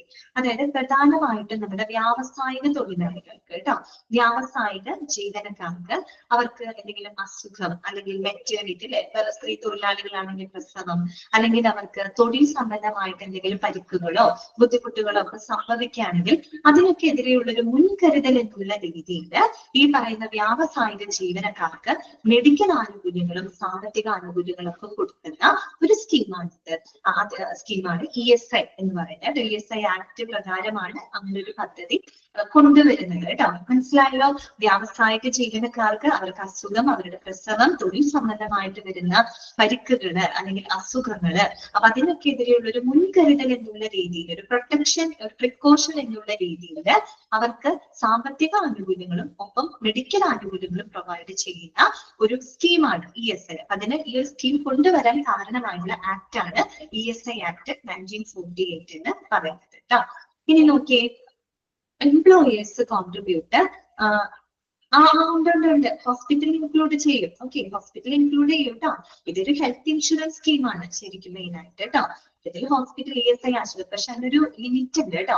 അതായത് നിങ്ങൾ അതിൽ പഠിക്കുന്നുണ്ട് എങ്കിലും അറിഞ്ഞിരിക്കാം. അതായത് നമ്മുടെ പ്രതിമാസ വേതനം 21,000 കേട്ടോ, 21,000 രൂപയില് താഴെ വേതനമുള്ളവർക്ക് മാത്രമേ ESI ആനുകൂല്യം കിട്ടുള്ളൂ. എല്ലാ തൊഴിലാളികൾക്കും കിട്ടില്ല. പ്രതിമാസം 21,000, അതിന്റെ ഇടയ്ക്ക് 15,000 ഉണ്ട്, പിന്നെ അതിന്റെ ലെവല് കൂട്ടിയവര് 21,000 രൂപയോ അതിൽ കുറവോ വേതനം മാസ വരുമാനമുള്ള ആളുകളില്ലേ, അങ്ങനെയുള്ള തൊഴിലാളികൾക്ക് മാത്രമേ ESI ആനുകൂല്യം കിട്ടുള്ളൂ. അല്ലാണ്ട് എല്ലാവർക്കും ഒന്നും കിട്ടില്ല. അതാണ് അതിലൊരു ഇതായിട്ട് പറയുന്നത്. ഇനി അതൊക്കെ നിങ്ങൾ മെഡിക്കൽ ഇൻഷുറൻസിൽ പഠിക്കുന്നുണ്ട് കേട്ടോ, ഇപ്പോഴേ മനസ്സിലാക്കി വെച്ചാൽ മതി. അടുത്ത നോക്കിയേ, employers contribute 4% of the total wage bill കേട്ടോ. മൊത്തം വേതന ബില്ലിന്റെ 4% കേട്ടോ. എത്ര ശതമാനമാണ്? 4% ESIയിലോട്ട് കോൺട്രിബ്യൂട്ട് ചെയ്യുന്നത്. ആര് കോൺട്രിബ്യൂട്ട് ചെയ്യുന്ന? എംപ്ലോയർ. അതിൽ ചെറിയൊരു ഇതുണ്ട് കേട്ടോ. എംപ്ലോയർ ശരിക്കും 3.75ഉം ഈ നമ്മൾ നേരത്തെ PF കാര്യം പറഞ്ഞില്ലേ, അത് രണ്ടു കൂട്ടരും കോൺട്രിബ്യൂട്ട് ചെയ്യുന്നുണ്ട്. തൊഴിലാളികളും കോൺട്രിബ്യൂട്ട് ചെയ്യുന്നുണ്ട്, തൊഴിലുടമകളും കോൺട്രിബ്യൂട്ട് ചെയ്യുന്നത്. പക്ഷെ അതിൽ ഈക്വൽ എമൗണ്ട് ആണ് കോൺട്രിബ്യൂട്ട് ചെയ്യുന്നത്. പക്ഷെ ESIയിൽ അങ്ങനെയല്ല, രണ്ടു കൂട്ടരും കോൺട്രിബ്യൂട്ട് ചെയ്യുന്നുണ്ട്, പക്ഷെ രണ്ട് വ്യത്യസ്ത നിരക്കിലാണ് കോൺട്രിബ്യൂട്ട് ചെയ്യുന്നത് കേട്ടോ. അത് ഇവിടെ പക്ഷെ പറഞ്ഞിരിക്കുന്നത് 4%. നിങ്ങൾ അങ്ങനെ പറഞ്ഞാൽ മതി കേട്ടോ. ESIയില് 4% ആണ് കോൺട്രിബ്യൂട്ട് ചെയ്യുന്നത് കേട്ടോ. മെഡിക്കൽ ഇൻഷുറൻസ് ചാപ്റ്റർ വരുമ്പോൾ കൃത്യം കണക്ക് പറയുന്നുണ്ട്. എംപ്ലോയർ 3.75%, മറ്റേ തൊഴിലാളികൾ വന്നിട്ട് 0.75% ആണ് കോൺട്രിബ്യൂട്ട് ചെയ്യുന്നത്. പക്ഷെ ഇവിടെ പറഞ്ഞിരിക്കുന്നത് എംപ്ലോയീസ് 4% ആണ് പറഞ്ഞിരിക്കുന്നത്. ഇതിപ്പോ തൽക്കാലം ഇതിങ്ങനെ ഓർത്ത് വെക്കുക കേട്ടോ. 4% ആണ് എന്തിലേക്ക് കോൺട്രിബ്യൂട്ട് ചെയ്യുന്നത്? ESIയിലോട്ട് കോൺട്രിബ്യൂട്ട് ചെയ്യുന്നത്. ഇനി നോക്കാം കേട്ടോ. അടുത്ത നോക്കിയേ, ESI is not applicable if the hospitals are providing complete and free treatments to employees and dependents. അതൊരു എക്സെപ്ഷൻ കേസ് ആണ്. അതായത് ഇപ്പൊ നമ്മള് ജീവനക്കാർക്ക് അല്ലെങ്കിൽ അവരുടെ ആശ്രിതർക്ക് ഹോസ്പിറ്റലുകള് സമ്പൂർണ്ണവും സൗജന്യവുമായിട്ടുള്ള ആരോഗ്യ സേവനങ്ങൾ അല്ലെങ്കിൽ ചികിത്സാ സേവനങ്ങൾ പ്രൊവൈഡ് ചെയ്യുന്നുണ്ടെങ്കിൽ അങ്ങനെയുള്ളവർക്ക് ESI ആനുകൂല്യം ലഭിക്കില്ല. എന്താണ് അവിടെ ഉദ്ദേശിച്ചത്? ചില കമ്പനികളിൽ വർക്ക് ചെയ്യുന്ന ജീവനക്കാരാണെന്ന് വിചാരിക്കുക, അവർക്ക് കമ്പനി തന്നെ എന്ത് കൊടുക്കുന്നുണ്ടാവും? മെഡിക്കൽ ആനുകൂല്യങ്ങൾ പ്രൊവൈഡ് ചെയ്യുന്നുണ്ടാവും. അങ്ങനെയുള്ള ചില കമ്പനികളൊക്കെ ഉണ്ടായിരിക്കുമല്ലോ. അങ്ങനെയുള്ള കമ്പനികളിൽ ജോലിക്കാർക്ക് അവർക്ക് എന്തെങ്കിലും മെഡിക്കൽ അസുഖങ്ങളോ ബുദ്ധിമുട്ടുകളോ വന്നാൽ കമ്പനി തന്നെ ചിലപ്പോൾ എന്ത് ചെയ്യുന്നുണ്ടാവും? സ്പോൺസർ ചെയ്യുന്നുണ്ടാവും. അവരുടെ ട്രീറ്റ്മെന്റിനൊക്കെയുള്ള ചെലവുകൾ അവർ തന്നെ കോൺട്രിബ്യൂട്ട് ചെയ്യുന്നുണ്ടാവും. അപ്പൊ അങ്ങനെയുള്ള ആളുകൾക്ക് എന്ത് കിട്ടില്ല? ESI ആനുകൂല്യം പിന്നീട് പ്രൊവൈഡ് ചെയ്യില്ല. പറഞ്ഞു മനസ്സിലായതാണ് ഉദ്ദേശിച്ചത് കേട്ടോ. ESI is not applicable if the hospitals are providing complete and free treatments to employees and dependents. അതായത് തൊഴിലാളികൾക്കും അവരുടെ ആശ്രിതർക്കും ഹോസ്പിറ്റലുകളിൽ എന്ന് വെച്ചാൽ അവർ വർക്ക് ചെയ്യുന്ന കമ്പനിയായിട്ട് ടൈപ്പ് ഉള്ള ഹോസ്പിറ്റൽസ് ഉണ്ടായിരിക്കുമല്ലോ, ആ ഹോസ്പിറ്റലുകൾ സമ്പൂർണ്ണവും സൗജന്യവുമായിട്ടുള്ള ട്രീറ്റ്മെന്റ് ഓൾറെഡി അവിടുത്തെ ജീവനക്കാർക്ക് പ്രൊവൈഡ് ചെയ്യുന്നുണ്ട്, കമ്പനി സ്പോൺസർ ചെയ്യുന്നുണ്ട്. എങ്കില് അങ്ങനെയുള്ള ആളുകൾക്ക് പിന്നീട് എന്ത് കിട്ടില്ല? ESI ആനുകൂല്യം അവർക്ക് ലഭിക്കില്ല. കാര്യം കമ്പനി തന്നെ അവർക്ക് പ്രൊവൈഡ് ചെയ്യുന്നുണ്ട്. പിന്നെ ഒരു ESI ആനുകൂല്യം അവർക്ക് കൊടുക്കേണ്ട ഒരു ആവശ്യം കൊണ്ട് വരുന്നില്ല കേട്ടോ. അതാണ് അവിടെ ഉദ്ദേശിക്കുന്നത്. പറയുന്നത്. ലാസ്റ്റത്തെ പോയിന്റ് നോക്കിയേ, it is A medical professional act. അതുകൊണ്ടാണ് ഞാൻ പറഞ്ഞത് ഹോസ്പിറ്റൽ ഇൻക്ലൂഡഡ് ആണ് അല്ലെ. ഇതൊരു മെഡിക്കൽ പ്രൊഫഷണൽ ആക്ട് ആണ്. കാര്യം ഇതൊരു ഹെൽത്ത് ഇൻഷുറൻസ് സ്കീമാണ് കേട്ടോ. ESI ആശുപത്രിയിലൊക്കെ ആളുകൾ പോവാറില്ലേ, അത് തന്നെ. അപ്പൊ അതുകൊണ്ട് ഇതൊരു ഹെൽത്ത് ഇൻഷുറൻസ് സ്കീം ആയതുകൊണ്ട് തന്നെ it is A medical professional act ആയിട്ടാണ് കൺസിഡർ ചെയ്യുന്നത്. ഇത്ര മാത്രം മനസ്സിലാക്കിയാൽ മതി കേട്ടോ. അപ്പൊ 1948 ഈ ഒരു ആക്ട് നിലവിൽ വന്നതെന്ന് മനസ്സിലാക്കി വെക്കുക. അതുപോലെ തന്നെ ഇത് ആളുകൾക്ക് മെഡിക്കൽ ആനുകൂല്യങ്ങളും സാമ്പത്തിക ആനുകൂല്യങ്ങളും കൂടെ പ്രൊവൈഡ് ചെയ്യുന്ന ഒരു ആക്ട് ആണ്. പ്രധാനമായിട്ടും വ്യാവസായിക ജീവനക്കാർക്ക് അവരുടെ അസുഖം, പ്രസവം, അതുപോലെ തന്നെ തൊഴിൽ സംബന്ധമായിട്ട് വരുന്ന പരിക്കുകള് അതിനുള്ളൊരു മുൻകരുതൽ എന്നുള്ള രീതിയിൽ കൊടുക്കുന്ന ഒരു സ്കീമാണ്. പിന്നെ ഓൾറെഡി ഹോസ്പിറ്റൽ അവർക്ക് കംപ്ലീറ്റ് ആയിട്ടുള്ള ട്രീറ്റ്മെന്റുകൾ പ്രൊവൈഡ് ചെയ്യുന്നുണ്ടെങ്കിൽ അങ്ങനെയുള്ള ജീവനക്കാർക്ക് പിന്നെ ESI അവിടെ അപ്ലിക്കബിൾ അല്ല. അതുപോലെ തന്നെ 4% ESIയിലോട്ട് കോൺട്രിബ്യൂട്ട് ചെയ്യപ്പെടുന്നത്. ഇതൊരു മെഡിക്കൽ പ്രൊഫഷണൽ ആക്ട് ആണ്. ഓക്കെ, ഇത്രയും കാര്യങ്ങൾ ഇതിൽ പഠിച്ചാൽ മതി. മെഡിക്കൽ ഇൻഷുറൻസ് പഠിക്കുമ്പോൾ ഒരുപാട് ഡീറ്റെയിൽ ആയിട്ട് തന്നെ നിങ്ങൾക്ക് പഠിക്കാനുണ്ട്. ESIനെ പറ്റിയിട്ട് നല്ലോണം പഠിക്കാനുണ്ട് അതിനകത്ത്. ഓക്കെ ആണോ? മനസ്സിലായോ പറഞ്ഞത്? ഇത്രയും ക്ലിയർ അല്ലേ? ഓക്കെ ആണല്ലോ. അടുത്തത് കേട്ടോ. നെക്സ്റ്റ് വരുന്നത് ഇന്ത്യൻ മെഡിക്കൽ കൗൺസിൽ ആക്ട് 1933 കേട്ടോ. 1933 ഇന്ത്യൻ മെഡിക്കൽ കൗൺസിൽ ആക്ട് കേട്ടോ. ആ പേരിൽ തന്നെ കിട്ടും നമുക്ക് Indian medical council. Indian medical council രൂപീകൃതമാവാനായിട്ട് കാരണമായിട്ടുള്ള ആക്ട് ആണ് കേട്ടോ അത് 1933. നമുക്ക് വായിക്കാം. It lays down the code of ethics for the medical practitioners and controls the medical education. അതായത് നമ്മുടെ മെഡിക്കൽ എഡ്യൂക്കേഷൻ, മെഡിക്കൽ വിദ്യാഭ്യാസത്തിനെ കൺട്രോൾ ചെയ്യാനായിട്ട്, നിയന്ത്രിക്കാനായിട്ടും പിന്നെ നമ്മൾ പറഞ്ഞ മെഡിക്കൽ പ്രാക്ടീഷണർമാർക്കായിട്ടുള്ള കൃത്യമായിട്ടുള്ള കോഡ് ഓഫ് എത്തിക്സ് ഒക്കെ നമ്മൾ ഓൾറെഡി പറഞ്ഞതാണ്. അതൊക്കെ സ്ഥാപിക്കുന്നതിന് വേണ്ടിയിട്ട് കാരണമായിട്ടുള്ള ഒരു ആക്ട് ആണ് എന്ത്? Indian medical council act 1933. 1933 Indian medical council act. ഇനി അത് പ്രകാരം state medical councils established under this act have the same function in the respective state. അതായത് ഈ പറയുന്ന ആക്ട് ഇത് ഒരു Indian medical council act. Indian medical council രൂപീകരിക്കാൻ കാരണമായിട്ടുള്ള ഒരു ആക്ട് ആണ്. ഈ ആക്ടിന്റെ മെയിൻ പർപ്പസ് എന്താണ്? മെഡിക്കൽ എഡ്യൂക്കേഷനെ കൺട്രോൾ ചെയ്യുക, മെഡിക്കൽ പ്രാക്ടീഷണർമാർക്കായിട്ടുള്ള എന്താണ് കോഡ് ഓഫ് എത്തിക്സ് ഒക്കെ സ്ഥാപിക്കുക. അതിന് കാരണമായിട്ടുള്ള ഒരു ആക്ട് ആണ് ഇത്. ഈ ഒരു ആക്ട് പ്രകാരം അതിലെ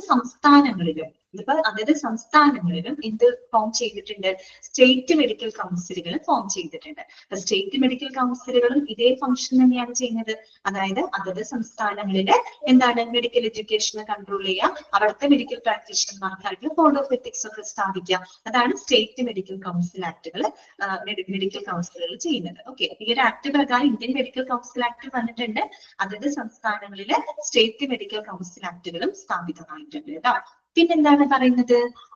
Recognition of teaching hospitals are centrally controlled by IMC. IMC എന്ന് പറഞ്ഞാൽ എന്താണ്? ഇന്ത്യൻ മെഡിക്കൽ കൗൺസിൽ ആണ് കേട്ടോ. അതാണ് ഇന്ത്യൻ മെഡിക്കൽ കൗൺസിൽ ആണ്. Recognition of teaching hospital, അതായത് ടീച്ചിങ് ഹോസ്പിറ്റൽ ഉദ്ദേശിക്കുന്നത് മെഡിക്കൽ കോളേജ് പോലെയുള്ള ഹോസ്പിറ്റലുകൾ ഉണ്ടല്ലോ, മെഡിക്കൽ കോളേജ് പോലെയുള്ളത്, അത്തരത്തിലുള്ള ടീച്ചിങ് ഹോസ്പിറ്റലുകളുടെ അംഗീകാരം ആരാണ് കൺട്രോൾ ചെയ്യുന്നത്? നമ്മുടെ IMC ആണ് കേട്ടോ, ഇന്ത്യൻ മെഡിക്കൽ കൗൺസിൽ ആണ്. ഓക്കെ, ഇത്രയും മനസ്സിലാക്കിയാൽ മതി. വർഷം ഓർക്കാം 1933 കേട്ടോ. ഓടിച്ച് പറയാട്ടോ സൗമ്യ. 10 ഒന്ന് കഴിഞ്ഞോട്ടെ, എന്നിട്ട് നമുക്കൊന്ന് പറയാം കേട്ടോ. അടുത്തതാണ് ഇന്ത്യൻ ഡേ. ഇവിടെ വരെ ഒന്ന് പറയട്ടെ. 10 അതിൽ വരും. ആ 10 കഴിഞ്ഞിട്ട് നമുക്ക് ഒളിച്ച് പറയാം കേട്ടോ. ഓക്കെ, ഇത് ബുദ്ധിമുട്ടില്ല, നമുക്ക് ഓർക്കാൻ പറ്റും, റീകളക്ട് ചെയ്യാൻ പറ്റും കേട്ടോ. നോക്ക്, അടുത്തതാണ് Indian nursing council act 1947. 1947 Indian nursing council act കേട്ടോ.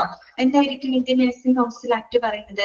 It formulate the educational standards and requirements for the registration of nurses. ആ പേരിൽ നിന്ന് നമുക്ക് മനസ്സിലാവും അല്ലെ. അതായത് നഴ്സിംഗ് കൗൺസിൽ ആക്ട് ആണ്. അതായത് നഴ്സുമാരുടെ രജിസ്ട്രേഷന് ആവശ്യമായിട്ടുള്ള എല്ലാ വിദ്യാഭ്യാസ മാനദണ്ഡങ്ങള്, അവരുടെ ആവശ്യകതകളൊക്കെ ഫോർമുലേറ്റ് ചെയ്യാനായിട്ട് കാരണമായിട്ടുള്ള ആക്ട് ആണ് ഇന്ത്യൻ നഴ്സിംഗ് കൗൺസിൽ ആക്ട് കേട്ടോ. നഴ്സസിന്റെ രജിസ്ട്രേഷൻ ഒക്കെ ഉണ്ടല്ലോ, അതുമായിട്ട് ബന്ധപ്പെട്ട എഡ്യൂക്കേഷണൽ മാനദണ്ഡങ്ങള്, പിന്നെ അവരുടെ റിക്വയർമെന്റ്സ്, അതുമായിട്ട് ബന്ധപ്പെട്ട കാര്യങ്ങളൊക്കെ ഫോർമുലേറ്റ് ചെയ്യുന്നതിന് കാരണമായിട്ടുള്ള ആക്ട് ആണ് Indian nursing council act 1947. Okay, then അടുത്തത് വരുന്നത് ഫാർമസി ആക്ട് 1948. 1948 pharmacy act. പേരിൽ തന്നെ കിട്ടും, ഫാർമസിയാണ് അല്ലെ, ഫാർമസി സംബന്ധമായിട്ടുള്ള കാര്യങ്ങൾ ഡീൽ ചെയ്യാൻ വേണ്ടിയിട്ടാണ്. നോക്കാം, it deals with the establishment of pharmacies and drug stores and professions of pharmacist. പ്രധാനമായിട്ടും ഫാർമസികള്, ഡ്രഗ് സ്റ്റോറുകള്, ഫാർമസിസ്റ്റുകളുടെ ആ ഒരു പ്രൊഫഷൻ, അതിനെയൊക്കെ അതിന്റെ സ്ഥാപനം, അതിന്റെ കൺട്രോളിംഗ് ഒക്കെ കൈകാര്യം ചെയ്യുന്നതിന് വേണ്ടിയിട്ട് കൊണ്ടുവന്നിട്ടുള്ള ആക്ട് ആണ്. ഓക്കെ, ഫാർമസി ആക്ട് ആണ്. ഫാർമസി സംബന്ധമായിട്ടുള്ള ഫാർമസിസ്റ്റ് പ്രൊഫഷനെയൊക്കെ കൺട്രോൾ ചെയ്യുന്നതിന് വേണ്ടിയിട്ട് കൊണ്ടുവന്നിട്ടുള്ള ഒരു ആക്ട് ആണ് കേട്ടോ. ഇനി നോക്കൂ, a hospital has to attain a drug licence if it sells drugs across the counter. അതായത് ഇപ്പൊ ഒരു ഹോസ്പിറ്റലിന് ഈ പറയുന്ന മരുന്ന് സെല്ല് ചെയ്യണമെങ്കിൽ അവർക്ക് എന്ത് വേണം? ഡ്രഗ് ലൈസൻസ് ഉണ്ടായിരിക്കണം. തീർച്ചയായിട്ടും ഡ്രഗ് ലൈസൻസ് ഇല്ലാണ്ട് ഒരിക്കലും എന്ത് ചെയ്യാൻ പറ്റില്ല, നമുക്ക് ഈ പറയുന്ന മരുന്നുകൾ സെല്ല് ചെയ്യാനായിട്ട് സാധിക്കില്ല കേട്ടോ. അറിയാലോ, അതാണ് അവിടെ പറയുന്നത്. പിന്നെ എന്താണെന്ന് വെച്ചാൽ only registered pharmacist can distribute the drugs. നിങ്ങൾ ഫാർമസി പഠിച്ചല്ലോ, അതിനകത്ത് പറയുന്നുണ്ട് only registered pharmacist can distribute drug കേട്ടോ. രജിസ്ട്രേർഡ് ആയിട്ടുള്ള, ലൈസൻസ്ഡ് ആയിട്ടുള്ള ഫാർമസിസ്റ്റുകൾക്ക് മാത്രമേ മരുന്നുകൾ വിതരണം ചെയ്യാനുള്ള അനുവാദം ഉണ്ടായിരിക്കുള്ളൂ കേട്ടോ. ഓക്കെ, അത്രയേ ഉള്ളൂ കേട്ടോ, ഫാർമസി ആക്ട് 1948. ഇനി ലാസ്റ്റത്തെ ഏതാണ്? Birth and death and marriage registration act. നമുക്കറിയാലോ, നമ്മുടെ നാട്ടില്, നമ്മുടെ നല്ല ജനനം, മരണം, വിവാഹം, ഇതൊക്കെ എന്ത് ചെയ്യുന്നുണ്ട്? രജിസ്റ്റർ ചെയ്യുന്നുണ്ട്. അത് കൃത്യമായിട്ടുള്ള ഒരു ആക്ട് പ്രകാരമാണ്. നോക്കുക, formulate the responsibilities of hospitals concerning the informing birth and death in hospital. അതായത് ജനനം, മരണം ഇവയുമായിട്ടൊക്കെ ബന്ധപ്പെട്ട് ആശുപത്രികളുടെ ഇവയുമായിട്ട് ബന്ധപ്പെട്ട ആശുപത്രിയുടെ ഉത്തരവാദിത്തങ്ങൾ കേട്ടോ. കൃത്യമായിട്ട് മരണം നടന്നാൽ അത് രജിസ്റ്റർ ചെയ്യണം, ജനനം നടന്നാൽ രജിസ്റ്റർ ചെയ്യണം. അപ്പൊ അങ്ങനെയുള്ള ജനനം, മരണം ഇത്തരം കാര്യങ്ങളുമായിട്ട് ബന്ധപ്പെട്ട ഹോസ്പിറ്റലിന്റെ റെസ്പോൺസിബിലിറ്റീസ് ഫോർമുലേറ്റ് ചെയ്യുന്നതിന് കാരണമായിട്ടുള്ള ആക്ട് ആണ് ഈ പറയുന്നത് കേട്ടോ. Birth and death and marriage registration act. Marriage അറിയാലോ, നമ്മൾ വിവാഹമൊക്കെ രജിസ്റ്റർ ചെയ്യാറുണ്ട്. So they should be notified immediately to the local municipal authority and registrar's office. അപ്പൊ ഇങ്ങനെയുള്ള കാര്യങ്ങൾ എത്രയും പെട്ടെന്ന് തന്നെ പ്രാദേശിക മുനിസിപ്പൽ എന്താണ് രജിസ്റ്റർ ഓഫീസിൽ എന്ത് ചെയ്തിരിക്കണം? രജിസ്റ്റർ ചെയ്തിരിക്കണം. ഈ ഒരു ആക്ട് പ്രകാരമാണ് നമ്മൾ ജനനം, മരണം, വിവാഹമൊക്കെ നമ്മൾ രജിസ്റ്റർ ചെയ്യുന്നത്. ഈ ഒരു ആക്ട് പ്രകാരമാണ്. ഇതിന്റെ വർഷം അവിടെ കൊടുത്തിട്ടില്ല കേട്ടോ. ഓക്കെ, അപ്പൊ അത് നോക്കട്ടെ. അപ്പൊ നമ്മൾ ഇത്രയും പറഞ്ഞത് ഒരു 10 ആക്ടുകളാണ് നമ്മൾ ഇത്രയും വരെ പറഞ്ഞത്. 10 ആക്ടുകൾ. ഓക്കെ, 10 ആക്ടുകൾ. ഇത് നിങ്ങൾക്ക് ഇതിന്റെ വർഷങ്ങൾ ചോദിക്കും, പിന്നെ ഇതിന്റെ പ്രത്യേകതകളും ചോദിക്കും. അപ്പൊ ഒരു കാര്യമുണ്ട്, നിങ്ങൾക്ക് പഠിക്കാനായിട്ട് നിങ്ങൾക്കൊന്ന് ഓർത്തെടുക്കാൻ എന്തെങ്കിലും ഒരു കണക്ഷൻ വേണം അല്ലെ. അപ്പൊ അതിന് വേണ്ടിയിട്ട് ഞാനൊന്ന് ഓർഡറിൽ ജസ്റ്റ് പറഞ്ഞുതരാം. അതായത് ചെറിയ ആദ്യത്തെ വർഷം തൊട്ട് ലേറ്റസ്റ്റ് വർഷം വരെയുള്ള എന്നുള്ള രീതിയിൽ ഈ 10 ആക്ടുകൾ ഒന്ന് ജസ്റ്റ് ഒന്ന് ഓർത്ത് നോക്കാം കേട്ടോ.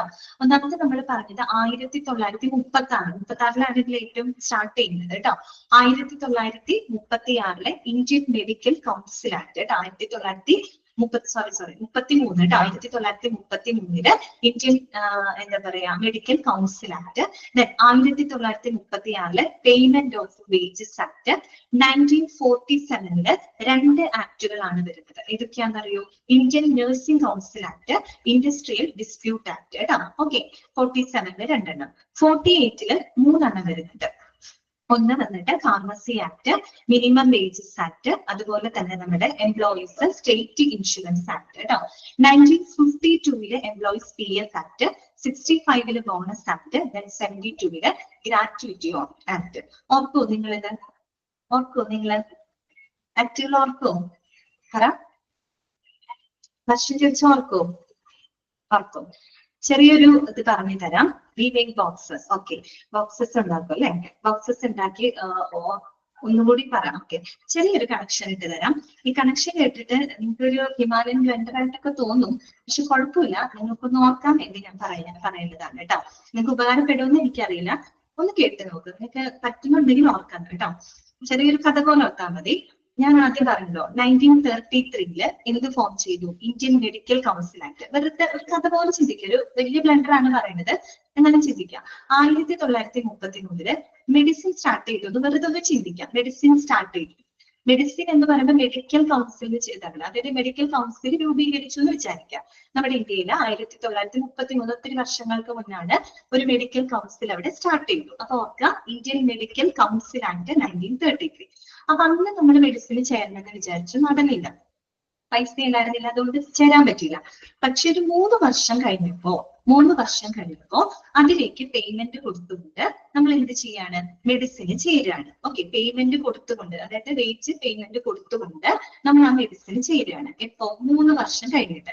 അപ്പൊ 33 കഴിഞ്ഞ് 3 വർഷം കഴിഞ്ഞ് 1936 പേയ്മെന്റ് ഓഫ് വേജസ് ആക്ട് ഒന്ന് കണക്ട് ചെയ്യുക. Payment of wages act.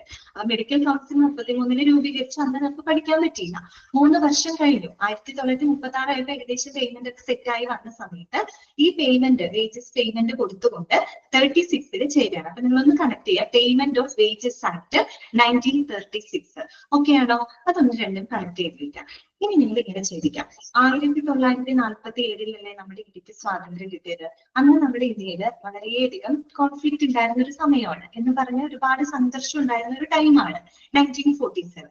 ആ 1947 എന്തുണ്ടാവാണ്, നഴ്സുമാരുടെ ഇടയിൽ ഒരു തർക്കം ഉണ്ടാവാണ്. എന്തുണ്ടാവാണ്? എല്ലാവരും തമ്മിൽ ഡിസ്പ്യൂട്ട് ആണ്, പ്രശ്നങ്ങളാണ്, സംഘർഷമാണ് ഇന്ത്യയിൽ. അപ്പൊ ആ സമയത്ത് നഴ്സുമാരുടെ ഇടയിൽ ഒരു തർക്കം ഉണ്ടാവാണ്. അപ്പൊ നിങ്ങൾ ഓർക്കണം, 1947 ഇന്ത്യൻ നഴ്സിംഗ് കൗൺസിൽ ആക്ട് കേട്ടോ. ഇന്ത്യൻ നഴ്സിംഗ് കൗൺസിൽ ആക്ട്, നഴ്സുമാരുടെ ഇടയിൽ തർക്കം എന്ന് പറയുമ്പോൾ ഡിസ്പ്യൂട്ട് എന്ന് ഓർക്കാം. Industrial disputes act 1947. ഈ 2 വർഷം ഓർക്കണം കേട്ടോ. Indian nursing council act 1947 and industrial dispute act 1947. Okay, ഓർത്തല്ലോ. നഴ്സുമാരുടെ തമ്മിൽ തർക്കം ഉണ്ടായി. ഓക്കെ, അപ്പൊ നിങ്ങൾ അവർക്ക് തർക്കം, ഡിസ്പ്യൂട്ട്, ഇൻഡസ്ട്രിയൽ ഡിസ്പ്യൂട്ട് ആക്ട്. നഴ്സുമാരുടെ ഇടയിലാണല്ലോ Indian nursing council act 1947. Okay, അതവിടെ ഇരിക്കട്ടെ. തർക്കം ഉണ്ടായല്ലോ, എന്തെങ്കിലും ഒരു കാരണത്തെ സംബന്ധിച്ചായിരിക്കും അവർ തമ്മിൽ തർക്കം ഉണ്ടായിട്ടുണ്ടാവുക. അപ്പോ ഇവരുടെ തർക്കങ്ങൾക്ക്, ഇവരുടെ പ്രശ്നങ്ങൾക്ക് ഒരു പരിഹാരം എന്നുള്ള രീതിയിൽ പിറ്റത്തെ വർഷം, അതായത് 1948 അവർക്ക് ചില ആനുകൂല്യങ്ങൾ കൊടുക്കുകയാണ്. അവർ തമ്മിൽ എന്തൊക്കെയോ വഴക്കുണ്ടായി, തർക്കം ഉണ്ടായി. അതിനൊരു പരിഹാരം കാണുകയാണ്. എന്തൊക്കെ പരിഹാരങ്ങളാണ് അവർക്ക് കൊടുത്തതെന്ന് അറിയോ? 1948 പിന്നത്തെ കൊല്ലം ഒന്ന് വന്നിട്ട് അവർക്ക് ചുമ്മാ ചിന്തിക്കാൻ വേണ്ടി കണക്ട് ചെയ്യാൻ പറയുന്നതാണ് കേട്ടോ. അതൊക്കെ മണ്ടത്തരമായിരിക്കും. ഫാർമസി ആക്ട് കേട്ടോ. എന്താണ് ഫാർമസി? അതായത് നഴ്സുമാർക്ക് സൗജന്യമായിട്ട് മരുന്നുകളൊക്കെ തരാം എന്നുള്ള രീതിയിൽ, നിങ്ങൾക്ക് മരുന്നുകളൊക്കെ ഫ്രീ ആയിട്ട് നിങ്ങൾക്ക് തരാം എന്നുള്ള രീതിയിൽ മരുന്ന് കൊടുക്കണം. അപ്പൊ മരുന്ന് പറയുമ്പോൾ ഫാർമസി ആക്ട് ആയിട്ട് കണക്ട് ചെയ്യാം. അതോടൊപ്പം തന്നെ അവരോട് പറയുന്നത് നിങ്ങൾക്ക് ഒരു മിനിമം വേജസും തരാം. നിങ്ങൾ തർക്കിക്കേണ്ട, നിങ്ങൾക്ക് ഒരു മിനിമം വേജസും തരാം എന്ന് പറയുന്നത്. അപ്പൊ മിനിമം വേജസ് ആക്ട് 1940. അതും പോരാതെ നിങ്ങൾക്ക് ഒരു ഹെൽത്ത് ഇൻഷുറൻസും തന്നേക്കാം എന്ന് പറയുന്നത്. അപ്പൊ എന്താണ്? എംപ്ലോയീസ് സ്റ്റേറ്റ് ഇൻഷുറൻസ് ആക്ട് കേട്ടോ. അതൊരു ഹെൽത്ത് ഇൻഷുറൻസ് ആണല്ലോ. അപ്പൊ 3 കാര്യങ്ങൾക്ക് അവർക്ക് പരിഹാരമാണ്. ഒന്ന്, നിങ്ങൾക്ക് മരുന്നുകൾ സൗജന്യമായിട്ട് തരാം എന്നുള്ള രീതിയിൽ ഫാർമസി ആക്ട് 1948. പിന്നെ എന്താ പറഞ്ഞത്? നിങ്ങൾക്ക് മിനിമം വേജസും തരാം. അപ്പൊ മിനിമം വേജസ് ആക്ട് 1948. അതും പോരാണ്ട് നിങ്ങൾക്ക് ഒരു ഹെൽത്ത് ഇൻഷുറൻസും കൂടെ തരാം എന്ന് പറയണം. അപ്പൊ എംപ്ലോയീസ് സ്റ്റേറ്റ് ഇൻഷുറൻസ് ആക്ട് 1948. കിട്ടിയോ? ഈ 3 വർഷം ഒക്കെ ആണോ? ഇങ്ങനെ നോക്കാം കേട്ടോ. പിന്നെ ബാക്കിയുള്ളത് നിങ്ങൾ ചിന്തിക്കാം. 1952 PF ആക്ട് ആണ്. സാധാരണ 52 വയസ്സൊക്കെ ആയപ്പോ എന്താണ്, നമുക്കൊരു പ്രത്യേക ഒരു ആവശ്യമൊക്കെ വന്നു. ആ സമയത്ത് നമ്മുടെ വേറെ ഇതൊന്നുമില്ല, റിട്ടയർമെന്റ് ആയിട്ടില്ല, പെട്ടെന്നൊരു ആവശ്യം വന്നു. അപ്പൊ PF പൈസ കിടപ്പുണ്ട്, ഒന്ന് പിൻവലിക്കാന്ന് വിചാരിച്ചു. അപ്പൊ 1952 പ്രൊവിഡന്റ് ഫണ്ട് ആക്ട് 65 ആയി കഴിഞ്ഞപ്പോ 65 വയസ്സിൽ ബോണസ് കിട്ടി. 72 വയസ്സായപ്പോ ഏകദേശം അവസാനിക്കാറായി, ഗ്രാറ്റുവിറ്റി കിട്ടി എന്ന് വിചാരിക്കുക കേട്ടോ. 52 PF എടുത്തു. അത്യാവശ്യം എന്തോ ഒരു ഇത് വന്നിറങ്ങി, ആരെങ്കിലും കല്യാണമൊക്കെ വന്നു. അപ്പൊ പെട്ടെന്ന് എന്താ പറയാ, പൈസയ്ക്ക് ആവശ്യം വന്നപ്പോ PF പിൻവലിച്ചു നോക്കാം. 52 PF പിൻവലിച്ചു. 65 ബോണസ് കിട്ടി. 72 ആയപ്പോ ഏകദേശം നമ്മൾ അവസാനിക്കാറായി. അപ്പൊ ആ സമയത്ത് നമുക്ക് ഗ്രാറ്റുവിറ്റി കിട്ടി നോക്കാം. ഇനി ഒന്ന് ആലോചിച്ച് നോക്കിയേ. 1933 Indian medicine council act, 1936 payment of wages act, 1946 വഴക്കുണ്ടായി. ആര് തമ്മിൽ? നഴ്സുമാരുടെ ഇടയിൽ ഡിസ്പ്യൂട്ട് ഉണ്ടായി. Indian nursing council act 1947 and industrial disputes act 1947. അതിനൊരു പരിഹാരം എന്നുള്ള രീതിയിൽ 3 കാര്യങ്ങൾ ഓഫർ ചെയ്യണം. അന്നത്തെ വർഷമല്ല, പിറ്റത്തെ വർഷം 1948 അവർക്ക് സൗജന്യമായിട്ട് മരുന്ന് തരാം. ഫാർമസി ആക്ട്, മിനിമം വേജസും നിങ്ങൾക്ക് തരാം. മിനിമം വേജസ് ആക്ട് പോരാത്തതിന് ഒരു ഹെൽത്ത് ഇൻഷുറൻസും നിങ്ങൾക്ക് തരാം. അപ്പൊ PSI act 1948. 52 PF act, 65 bonus കിട്ടി. 72 അവസാനിക്കാറായപ്പോ ഗ്രാറ്റുവിറ്റി കിട്ടി. ഓക്കെ, അപ്പൊ അങ്ങനെ ഒന്ന് കണക്ട് ചെയ്യാനായിട്ട് ശ്രമിക്കാം കേട്ടോ. ഓക്കെ, ഇതൊരു വലിയ ബ്ലണ്ടർ ആണ് ഞാൻ പറഞ്ഞത്, പക്ഷെ നിങ്ങൾക്ക് വർഷം ചോദിക്കും. ഈ ഒരു കഥ പോലെ ഇങ്ങനെ ആലോചിച്ചിട്ട് ഒന്ന് കണക്ട് ചെയ്യാനായിട്ട് ശ്രദ്ധിക്കാം കേട്ടോ. പിന്നെ ശ്രദ്ധിക്കേണ്ടത് ഡിസ്പ്യൂട്ട് ആക്ട് വരുന്നത്. ഡിസ്പ്യൂട്ട് വരുന്ന തർക്കമൊക്കെ ഉണ്ടാകുന്ന കുറച്ചധികം ആൾക്കാരുണ്ടാവുമെന്ന് വിചാരിക്കാം. 50 കേട്ടോ. എംപ്ലോയീസിന്റെ എണ്ണം 50 അതിൽ കൂടുതലാണ് കേട്ടോ വരുന്നത്. ഓക്കെ അല്ലേ? മിനിമം വേജസ് ആക്ട് അല്ലെ? ഓക്കെ. PF ആക്ടിൽ എത്ര? 20 എംപ്ലോയീസിന് എണ്ണം പറഞ്ഞത്. ബോണസ് ആക്ടിൽ 40 പറഞ്ഞത്. ഗ്രാറ്റുവിറ്റി ആക്ടിൽ 10 പറഞ്ഞത് കേട്ടോ. 10. ഗ്രാറ്റുവിറ്റി എന്നൊക്കെ പറയുമ്പോൾ അവസാനമാണല്ലോ, അധികം ആൾക്കാരൊന്നും ഉണ്ടാവില്ല എന്ന് വിചാരിച്ചാൽ മതി. 10 ഉണ്ടാവുള്ളൂ കേട്ടോ. 10 എംപ്ലോയീസ്. അങ്ങനെയൊക്കെ ഒന്ന് കണക്ട് ചെയ്യാനായിട്ട് ശ്രമിക്കുക കേട്ടോ. ഓക്കെ, അടുത്തതിലോട്ട് നമുക്ക് കടക്കാം കേട്ടോ. നെക്സ്റ്റ് ഭാഗത്തോട്ട്. ഇതിൽ 10 ആക്ടുകൾ നമ്മൾ ഇതിനകത്ത് പറഞ്ഞു പോയിട്ടുണ്ട് കേട്ടോ. ഇനി നമുക്ക് ബാക്കിയുള്ള ആക്ടുകൾ ഉണ്ടല്ലോ, ഇനി പഠിക്കുന്ന ആക്ടുകൾ ഉണ്ടല്ലോ, അത് നിങ്ങൾക്ക് ഓർക്കാൻ എളുപ്പമാണ്. കാര്യം എന്താന്ന് വെച്ചാല് അത് നമ്മൾ അവിടെ ഇവിടെയൊക്കെ കേട്ടിട്ടുള്ളത്, പിന്നെ ഇടയ്ക്കൊക്കെ ഉള്ള ആക്ടുകൾ ആയതുകൊണ്ട് നമുക്ക് ഓർക്കാം, ഇങ്ങനെയൊക്കെ ഓർക്കാനായിട്ട് പറ്റും കേട്ടോ. ഇങ്ങനെയുള്ളതാണ് ആക്ട്, ഓർക്കാൻ നിങ്ങൾക്ക് ബുദ്ധിമുട്ട് വരുന്നത്. അടുത്തത് നമുക്ക് പഠിക്കാനുള്ളത് ലോ ഓഫ് ടോൺസ് കേട്ടോ. Law of tones. മിസ് ഇങ്ങനെ മണ്ടത്തരം വിളിച്ച് പറഞ്ഞു എന്ന് വിചാരിക്കരുത് കേട്ടോ. നിങ്ങൾക്ക് പഠിക്കാനുള്ളൊരു എളുപ്പത്തിന് വേണ്ടിയിട്ട് മാത്രമാണ് ഞാൻ ഈ പറഞ്ഞത്. അത് അങ്ങനെ തന്നെ കണ്ടാൽ മതി കേട്ടോ, വേറെ ഒന്നും വിചാരിക്കണ്ട. പിന്നെ വരുന്നത് അപ്പൊ നോക്കാം അടുത്തത് കേട്ടോ, ലോ ഓഫ് ടോൺസ്. ഓക്കെ, അതായത് ടോൺസ് നിയമത്തെ പറ്റിയാണ് ഇനി നമ്മൾ പഠിക്കാനായിട്ട് പോകുന്നത്. എന്താണ് ടോൺസ് നിയമം എന്ന് പറഞ്ഞു കഴിഞ്ഞാല്? ടോൺസ് നിയമം എന്ന് പറഞ്ഞു കഴിഞ്ഞാല് ഒന്ന് ശ്രദ്ധിച്ച് കേൾക്കുക. അതായത് മറ്റൊരാൾക്ക് അല്ലെങ്കിൽ അവരുടെ സ്വത്തിനാവാം അല്ലെങ്കിൽ അവരുടെ അവകാശങ്ങൾക്കാവാം അവർക്ക് ദോഷമോ പരിക്കോ ഉണ്ടാകുന്ന തെറ്റായ പ്രവൃത്തികള് അല്ലെങ്കിൽ ഒഴിവാക്കലുകള് അതെല്ലാം കൈകാര്യം ചെയ്യുന്ന നമ്മുടെ സിവിൽ നിയമത്തിലെ ഒരു ബ്രാഞ്ചാണ് ഇതെന്ന് പറയുന്നത് ടോർട്ട് നിയമം. ഓക്കെ, എന്താണ് ടോർട്ട് നിയമം എന്ന് പറഞ്ഞാൽ എന്താ ഉദ്ദേശിക്കുന്നത്? മറ്റൊരാൾക്ക് അല്ലെങ്കിൽ അവരുടെ സ്വത്തിനോ അല്ലെങ്കിൽ അവരുടെ അവകാശത്തിനോ ദോഷമോ പരിക്കോ ഉണ്ടാക്കുന്ന തെറ്റായ പ്രവൃത്തികള് അല്ലെങ്കിൽ ഒഴിവാക്കലുകളൊക്കെ കൈകാര്യം ചെയ്യുന്ന സിവിൽ നിയമത്തിന്റെ ഒരു ബ്രാഞ്ച്, ഒരു ശാഖയാണ് ഇതെന്ന് പറയുന്നത് ടോർട്ട്സ് നിയമം കൊണ്ട് ഉദ്ദേശിക്കുന്നത്. പ്രത്യേകിച്ച് നമ്മുടെ മെഡിക്കൽ ഫീൽഡിൽ അങ്ങനെയുള്ള ഇഷ്ടം പോലെ സംഭവങ്ങൾ നടക്കാറുണ്ട്. മെഡിക്കൽ മാത്രമല്ല, മൊത്തത്തിൽ നടക്കാറുണ്ട് ഇഷ്ടം പോലെ. ഓക്കെ, അപ്പൊ ഇനി നോക്കുക കേട്ടോ. The word tort is derived from the Latin word tortus, which means twisted or crooked. Underline ചെയ്ത് വെക്കുക കേട്ടോ. അപ്പൊ ടോർട്ട് എന്ന വാക്ക് എവിടെ നിന്നാണ് ഒറിജിനേറ്റ് ചെയ്യുന്നത്? അതൊരു ലാറ്റിൻ പദമായിട്ടുള്ള ടോർട്ടസ് എന്ന വാക്കിൽ നിന്നാണ് ഒറിജിനേറ്റ് ചെയ്ത് വന്നത്. എന്താണ് ഇതിന്റെ അർത്ഥം? എന്താണ്? ട്വിസ്റ്റഡ്. ട്വിസ്റ്റഡ് എന്ന് വെച്ചാൽ എന്താണ്? വളച്ചൊടിച്ചത് എന്നൊക്കെ നമ്മൾ പറയില്ലേ, വളച്ചൊടിച്ചത്. ക്രൂഡ്, വക്രമായത്. വക്രം എന്ന് വെച്ചാൽ വളഞ്ഞിരിക്കുന്നത് എന്നുള്ള അർത്ഥമാണ് കേട്ടോ. ഓക്കെ, അപ്പൊ വളച്ചൊടിച്ചത്, വക്രമായത് എന്നൊക്കെ അർത്ഥം വരുന്ന ടോർട്ടസ് എന്ന് പറയുന്ന ലാറ്റിൻ പദത്തിൽ നിന്നുമാണ് ഏത് വാക്കുണ്ടായത്? ടോർട്ട് എന്ന വാക്ക് ഒറിജിനേറ്റ് ചെയ്ത് വന്നത്. ഓക്കെ, ഫസ്റ്റത്തെ ഫോർമുലാണ് കേട്ടോ. രണ്ടാമത്തെ നോക്കൂ, നമ്മൾ പറഞ്ഞ കാര്യമാണ് it is defined as any wrong, injury or damage is done to the person for which a civil suit can be brought. അതായത് നേരത്തെ പറഞ്ഞാണ് മറ്റൊരാൾക്ക് ദോഷം ഉണ്ടാക്കുന്ന, അവർക്ക് ദോഷം എന്ന് വെച്ചാൽ എന്ത് രീതിയിലും ആവാം, അവരുടെ സ്വത്തിനാവാം അങ്ങനെ അവരുടെ അവകാശങ്ങൾക്കാവാം ദോഷം ഉണ്ടാക്കുന്ന തെറ്റായ പ്രവൃത്തികൾ, ചില ഒഴിവാക്കലുകൾ, ഇതൊക്കെ കൈകാര്യം ചെയ്യുന്ന ഒരു ബ്രാഞ്ചാണ് ടോർട്ട് നിയമം കേട്ടോ. ഇനി നിങ്ങൾ പഠിക്കാൻ പോകുന്നത് ടോർട്ടിന് എക്സാമ്പിളുകളാണ് കേട്ടോ. നമ്മൾ MLCക്ക് കുറെ എക്സാമ്പിൾ പഠിച്ചില്ലേ, അതുപോലെ ടോർട്ടിനുള്ള എക്സാമ്പിളുകളാണ് ഇനി കാണാനായിട്ട് പോകുന്നത് കേട്ടോ. ഓക്കെ, എക്സാമ്പിൾ നോക്കിയ ഫസ്റ്റ് വൺ എന്താണ്? Act of wrongful commission. That means unnecessary. എന്താണ് ടോർട്ടിന്റെ മീനിങ്? ട്വിസ്റ്റഡ്, വളച്ചൊടിച്ചത്, അല്ലെങ്കിൽ ക്രൂഡ്, വക്രമായത്, അങ്ങനെയുള്ള അർത്ഥമാണ് കേട്ടോ. വളച്ചൊടിച്ചത്, വക്രമായത് എന്നൊക്കെയുള്ള അർത്ഥമാണ് കേട്ടോ ടോർട്ടിനുള്ളത്. ഓക്കെ, ഇനി നോക്കാം എക്സാമ്പിൾ ആണ് കേട്ടോ. ഒന്നാമത്തെ നോക്കിയേ, act of wrongful commission. That means unnecessary operation. Act of wrongful commission എന്ന് വെച്ചാൽ തെറ്റായിട്ടുള്ള പ്രവർത്തനങ്ങളാണ് കേട്ടോ. തെറ്റായ പ്രവർത്തനങ്ങൾ. തെറ്റായ പ്രവർത്തനം എന്ന് വെച്ചാൽ നമ്മുടെ മനഃപൂർവ്വമാവാം അല്ലെങ്കിൽ നമ്മുടെ അശ്രദ്ധ മൂലം മറ്റൊരാൾക്ക് വരുന്ന പ്രശ്നങ്ങളാണ്.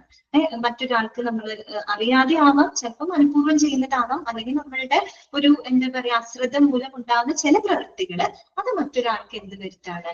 ദോഷം വരുത്താണ്. അങ്ങനെയുള്ള കാര്യമാണ് ഉദ്ദേശിക്കുന്നത് ആക്ട് ഓഫ് റോങ്ഫുൾ കമ്മീഷൻ കേട്ടോ. അൺനെസസറി ഓപ്പറേഷൻ, അനാവശ്യമായിട്ടുള്ള പ്രവർത്തനങ്ങൾ, ഇതൊക്കെ ടോർട്ടിനകത്ത് വരുന്നതാണ് കേട്ടോ.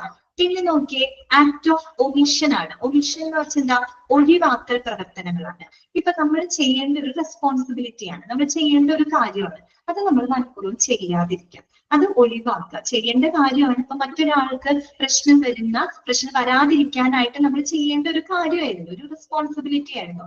അത് നമ്മൾ ചെയ്യുന്നില്ല. അതെന്ത് ചെയ്യാണ്? ഒഴിവാക്കുകയാണ്, ഒമിറ്റ് ചെയ്യാണ്. അപ്പൊ എന്ത് സംഭവിക്കുകയാണ്? അവർക്ക് അതുമൂലം ദോഷം ഉണ്ടാവില്ലേ? അതാണ് അവർ ഉദ്ദേശിക്കുന്നത്. ആക്ട് ഓഫ് ഒമിഷൻ കേട്ടോ, ഒഴിവാക്കൽ പ്രവർത്തനങ്ങൾ. ഒരു എക്സാമ്പിൾ നോക്കിയേ, ഓട്ടോപ്സി വിത്തൗട്ട് ഒബ്റ്റൈനിങ് കൺസെന്റ് കേട്ടോ.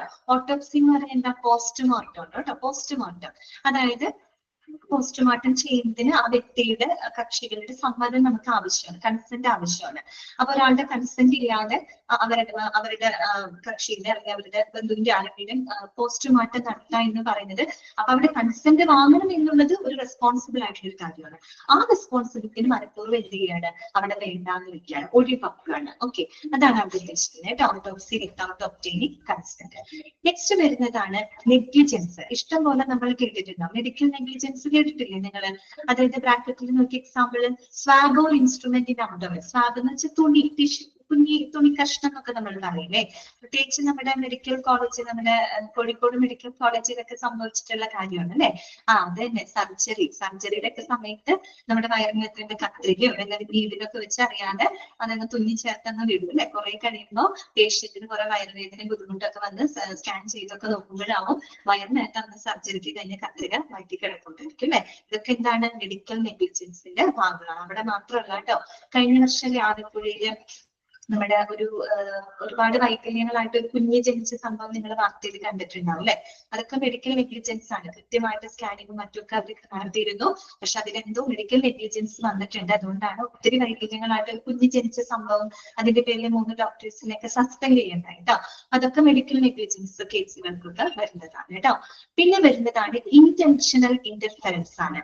മനഃപൂർവ്വം ബോധപൂർവമായിട്ട് നടത്തുന്ന ചില ഇടപെടലുകൾ അല്ലെ? അതെന്ന് പറയുന്നത് എന്ത് സംഭവിക്കുന്നത്? leads to mental or physical disturbances അല്ലെ? അത് മറ്റുള്ള ആളുകൾക്ക് മാനസികമായിട്ട് ശാരീരികമായിട്ടൊക്കെ ഒരുപാട് ബുദ്ധിമുട്ടുകൾ ഉണ്ടാക്കും അല്ലെ? മനഃപൂർവ്വം ചെയ്യുന്ന ചില ഇടപെടലുകൾ. ഓക്കെ, പിന്നെന്താണ്? Invasion of the right of privacy. സ്വകാര്യതയിലേക്കുള്ള കടന്നുകയറ്റം. നമുക്കറിയാം, പ്രൈവസി എന്ന് പറയുന്നത് നമ്മുടെ ഒരു ഫണ്ടമെന്റൽ റൈറ്റ് ആണ് അല്ലെ? നമ്മുടെ ഒരു മൗലിക അവകാശത്തിൽ വരുന്നതാണ് സ്വകാര്യതയ്ക്കുള്ള അവകാശം എന്ന് പറയുന്നത്. അപ്പൊ ഒരു വ്യക്തിയുടെ സ്വകാര്യതയിലേക്ക് നമ്മൾ കയറി ചെല്ലുക എന്ന് പറയുന്നത് അതും ഒരു ലംഘനമാണ് അല്ലെ? അതാണ് invasion of the right of privacy, സ്വകാര്യതയിലേക്കുള്ള കടന്നുകയറ്റം.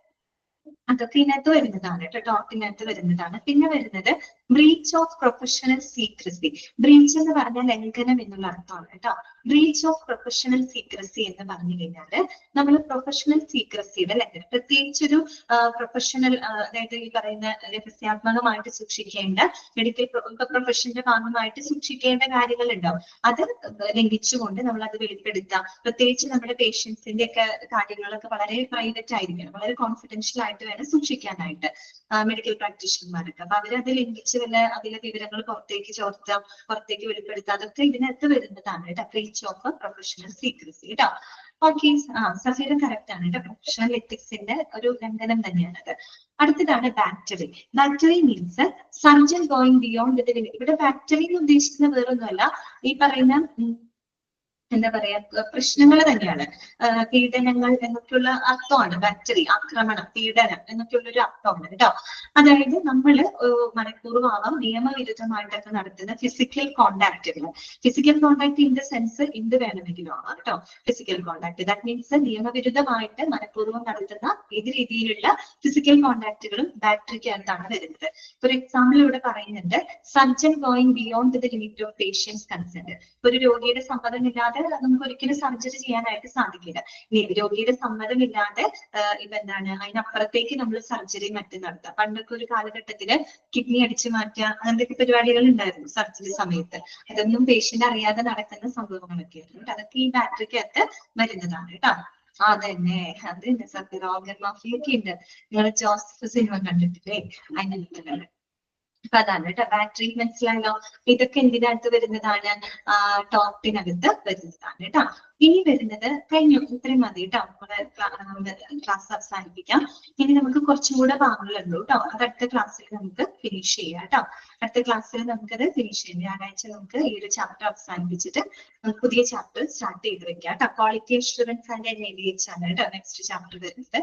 അപ്പൊ ഇത് കഴിഞ്ഞിട്ട് അത് നമുക്ക് തുടങ്ങാം. ഓക്കെ, അപ്പൊ ഇത് ഞാൻ അൺമ്യൂട്ട് ചെയ്യാണ്. നിങ്ങൾക്ക് എന്തെങ്കിലും ഡൗട്ടുകൾ ഉണ്ടെങ്കിൽ ചോദിക്കാം കേട്ടോ.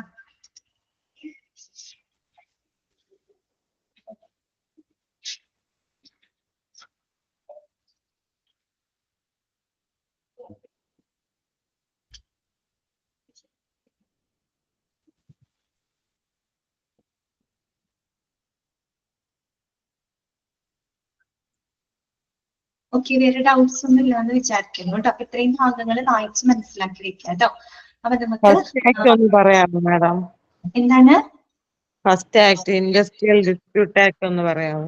ഇൻഡസ്ട്രിയൽ ഡിസ്പ്യൂട്ട് ആക്ട് എന്ന് വെച്ചാൽ വ്യാവസായിക തർക്ക നിയമമാണ് കേട്ടോ. 1947 ഈ ഒരു നിയമം കൊണ്ടുവന്നത്.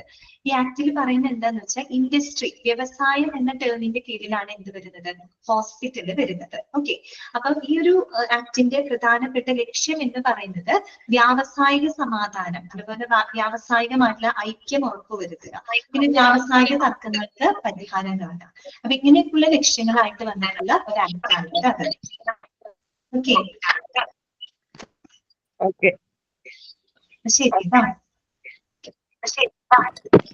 മാം, എന്താണ് birth and death marriage registration ആയിട്ടില്ലേ, അതിന് വർഷമുണ്ടോ?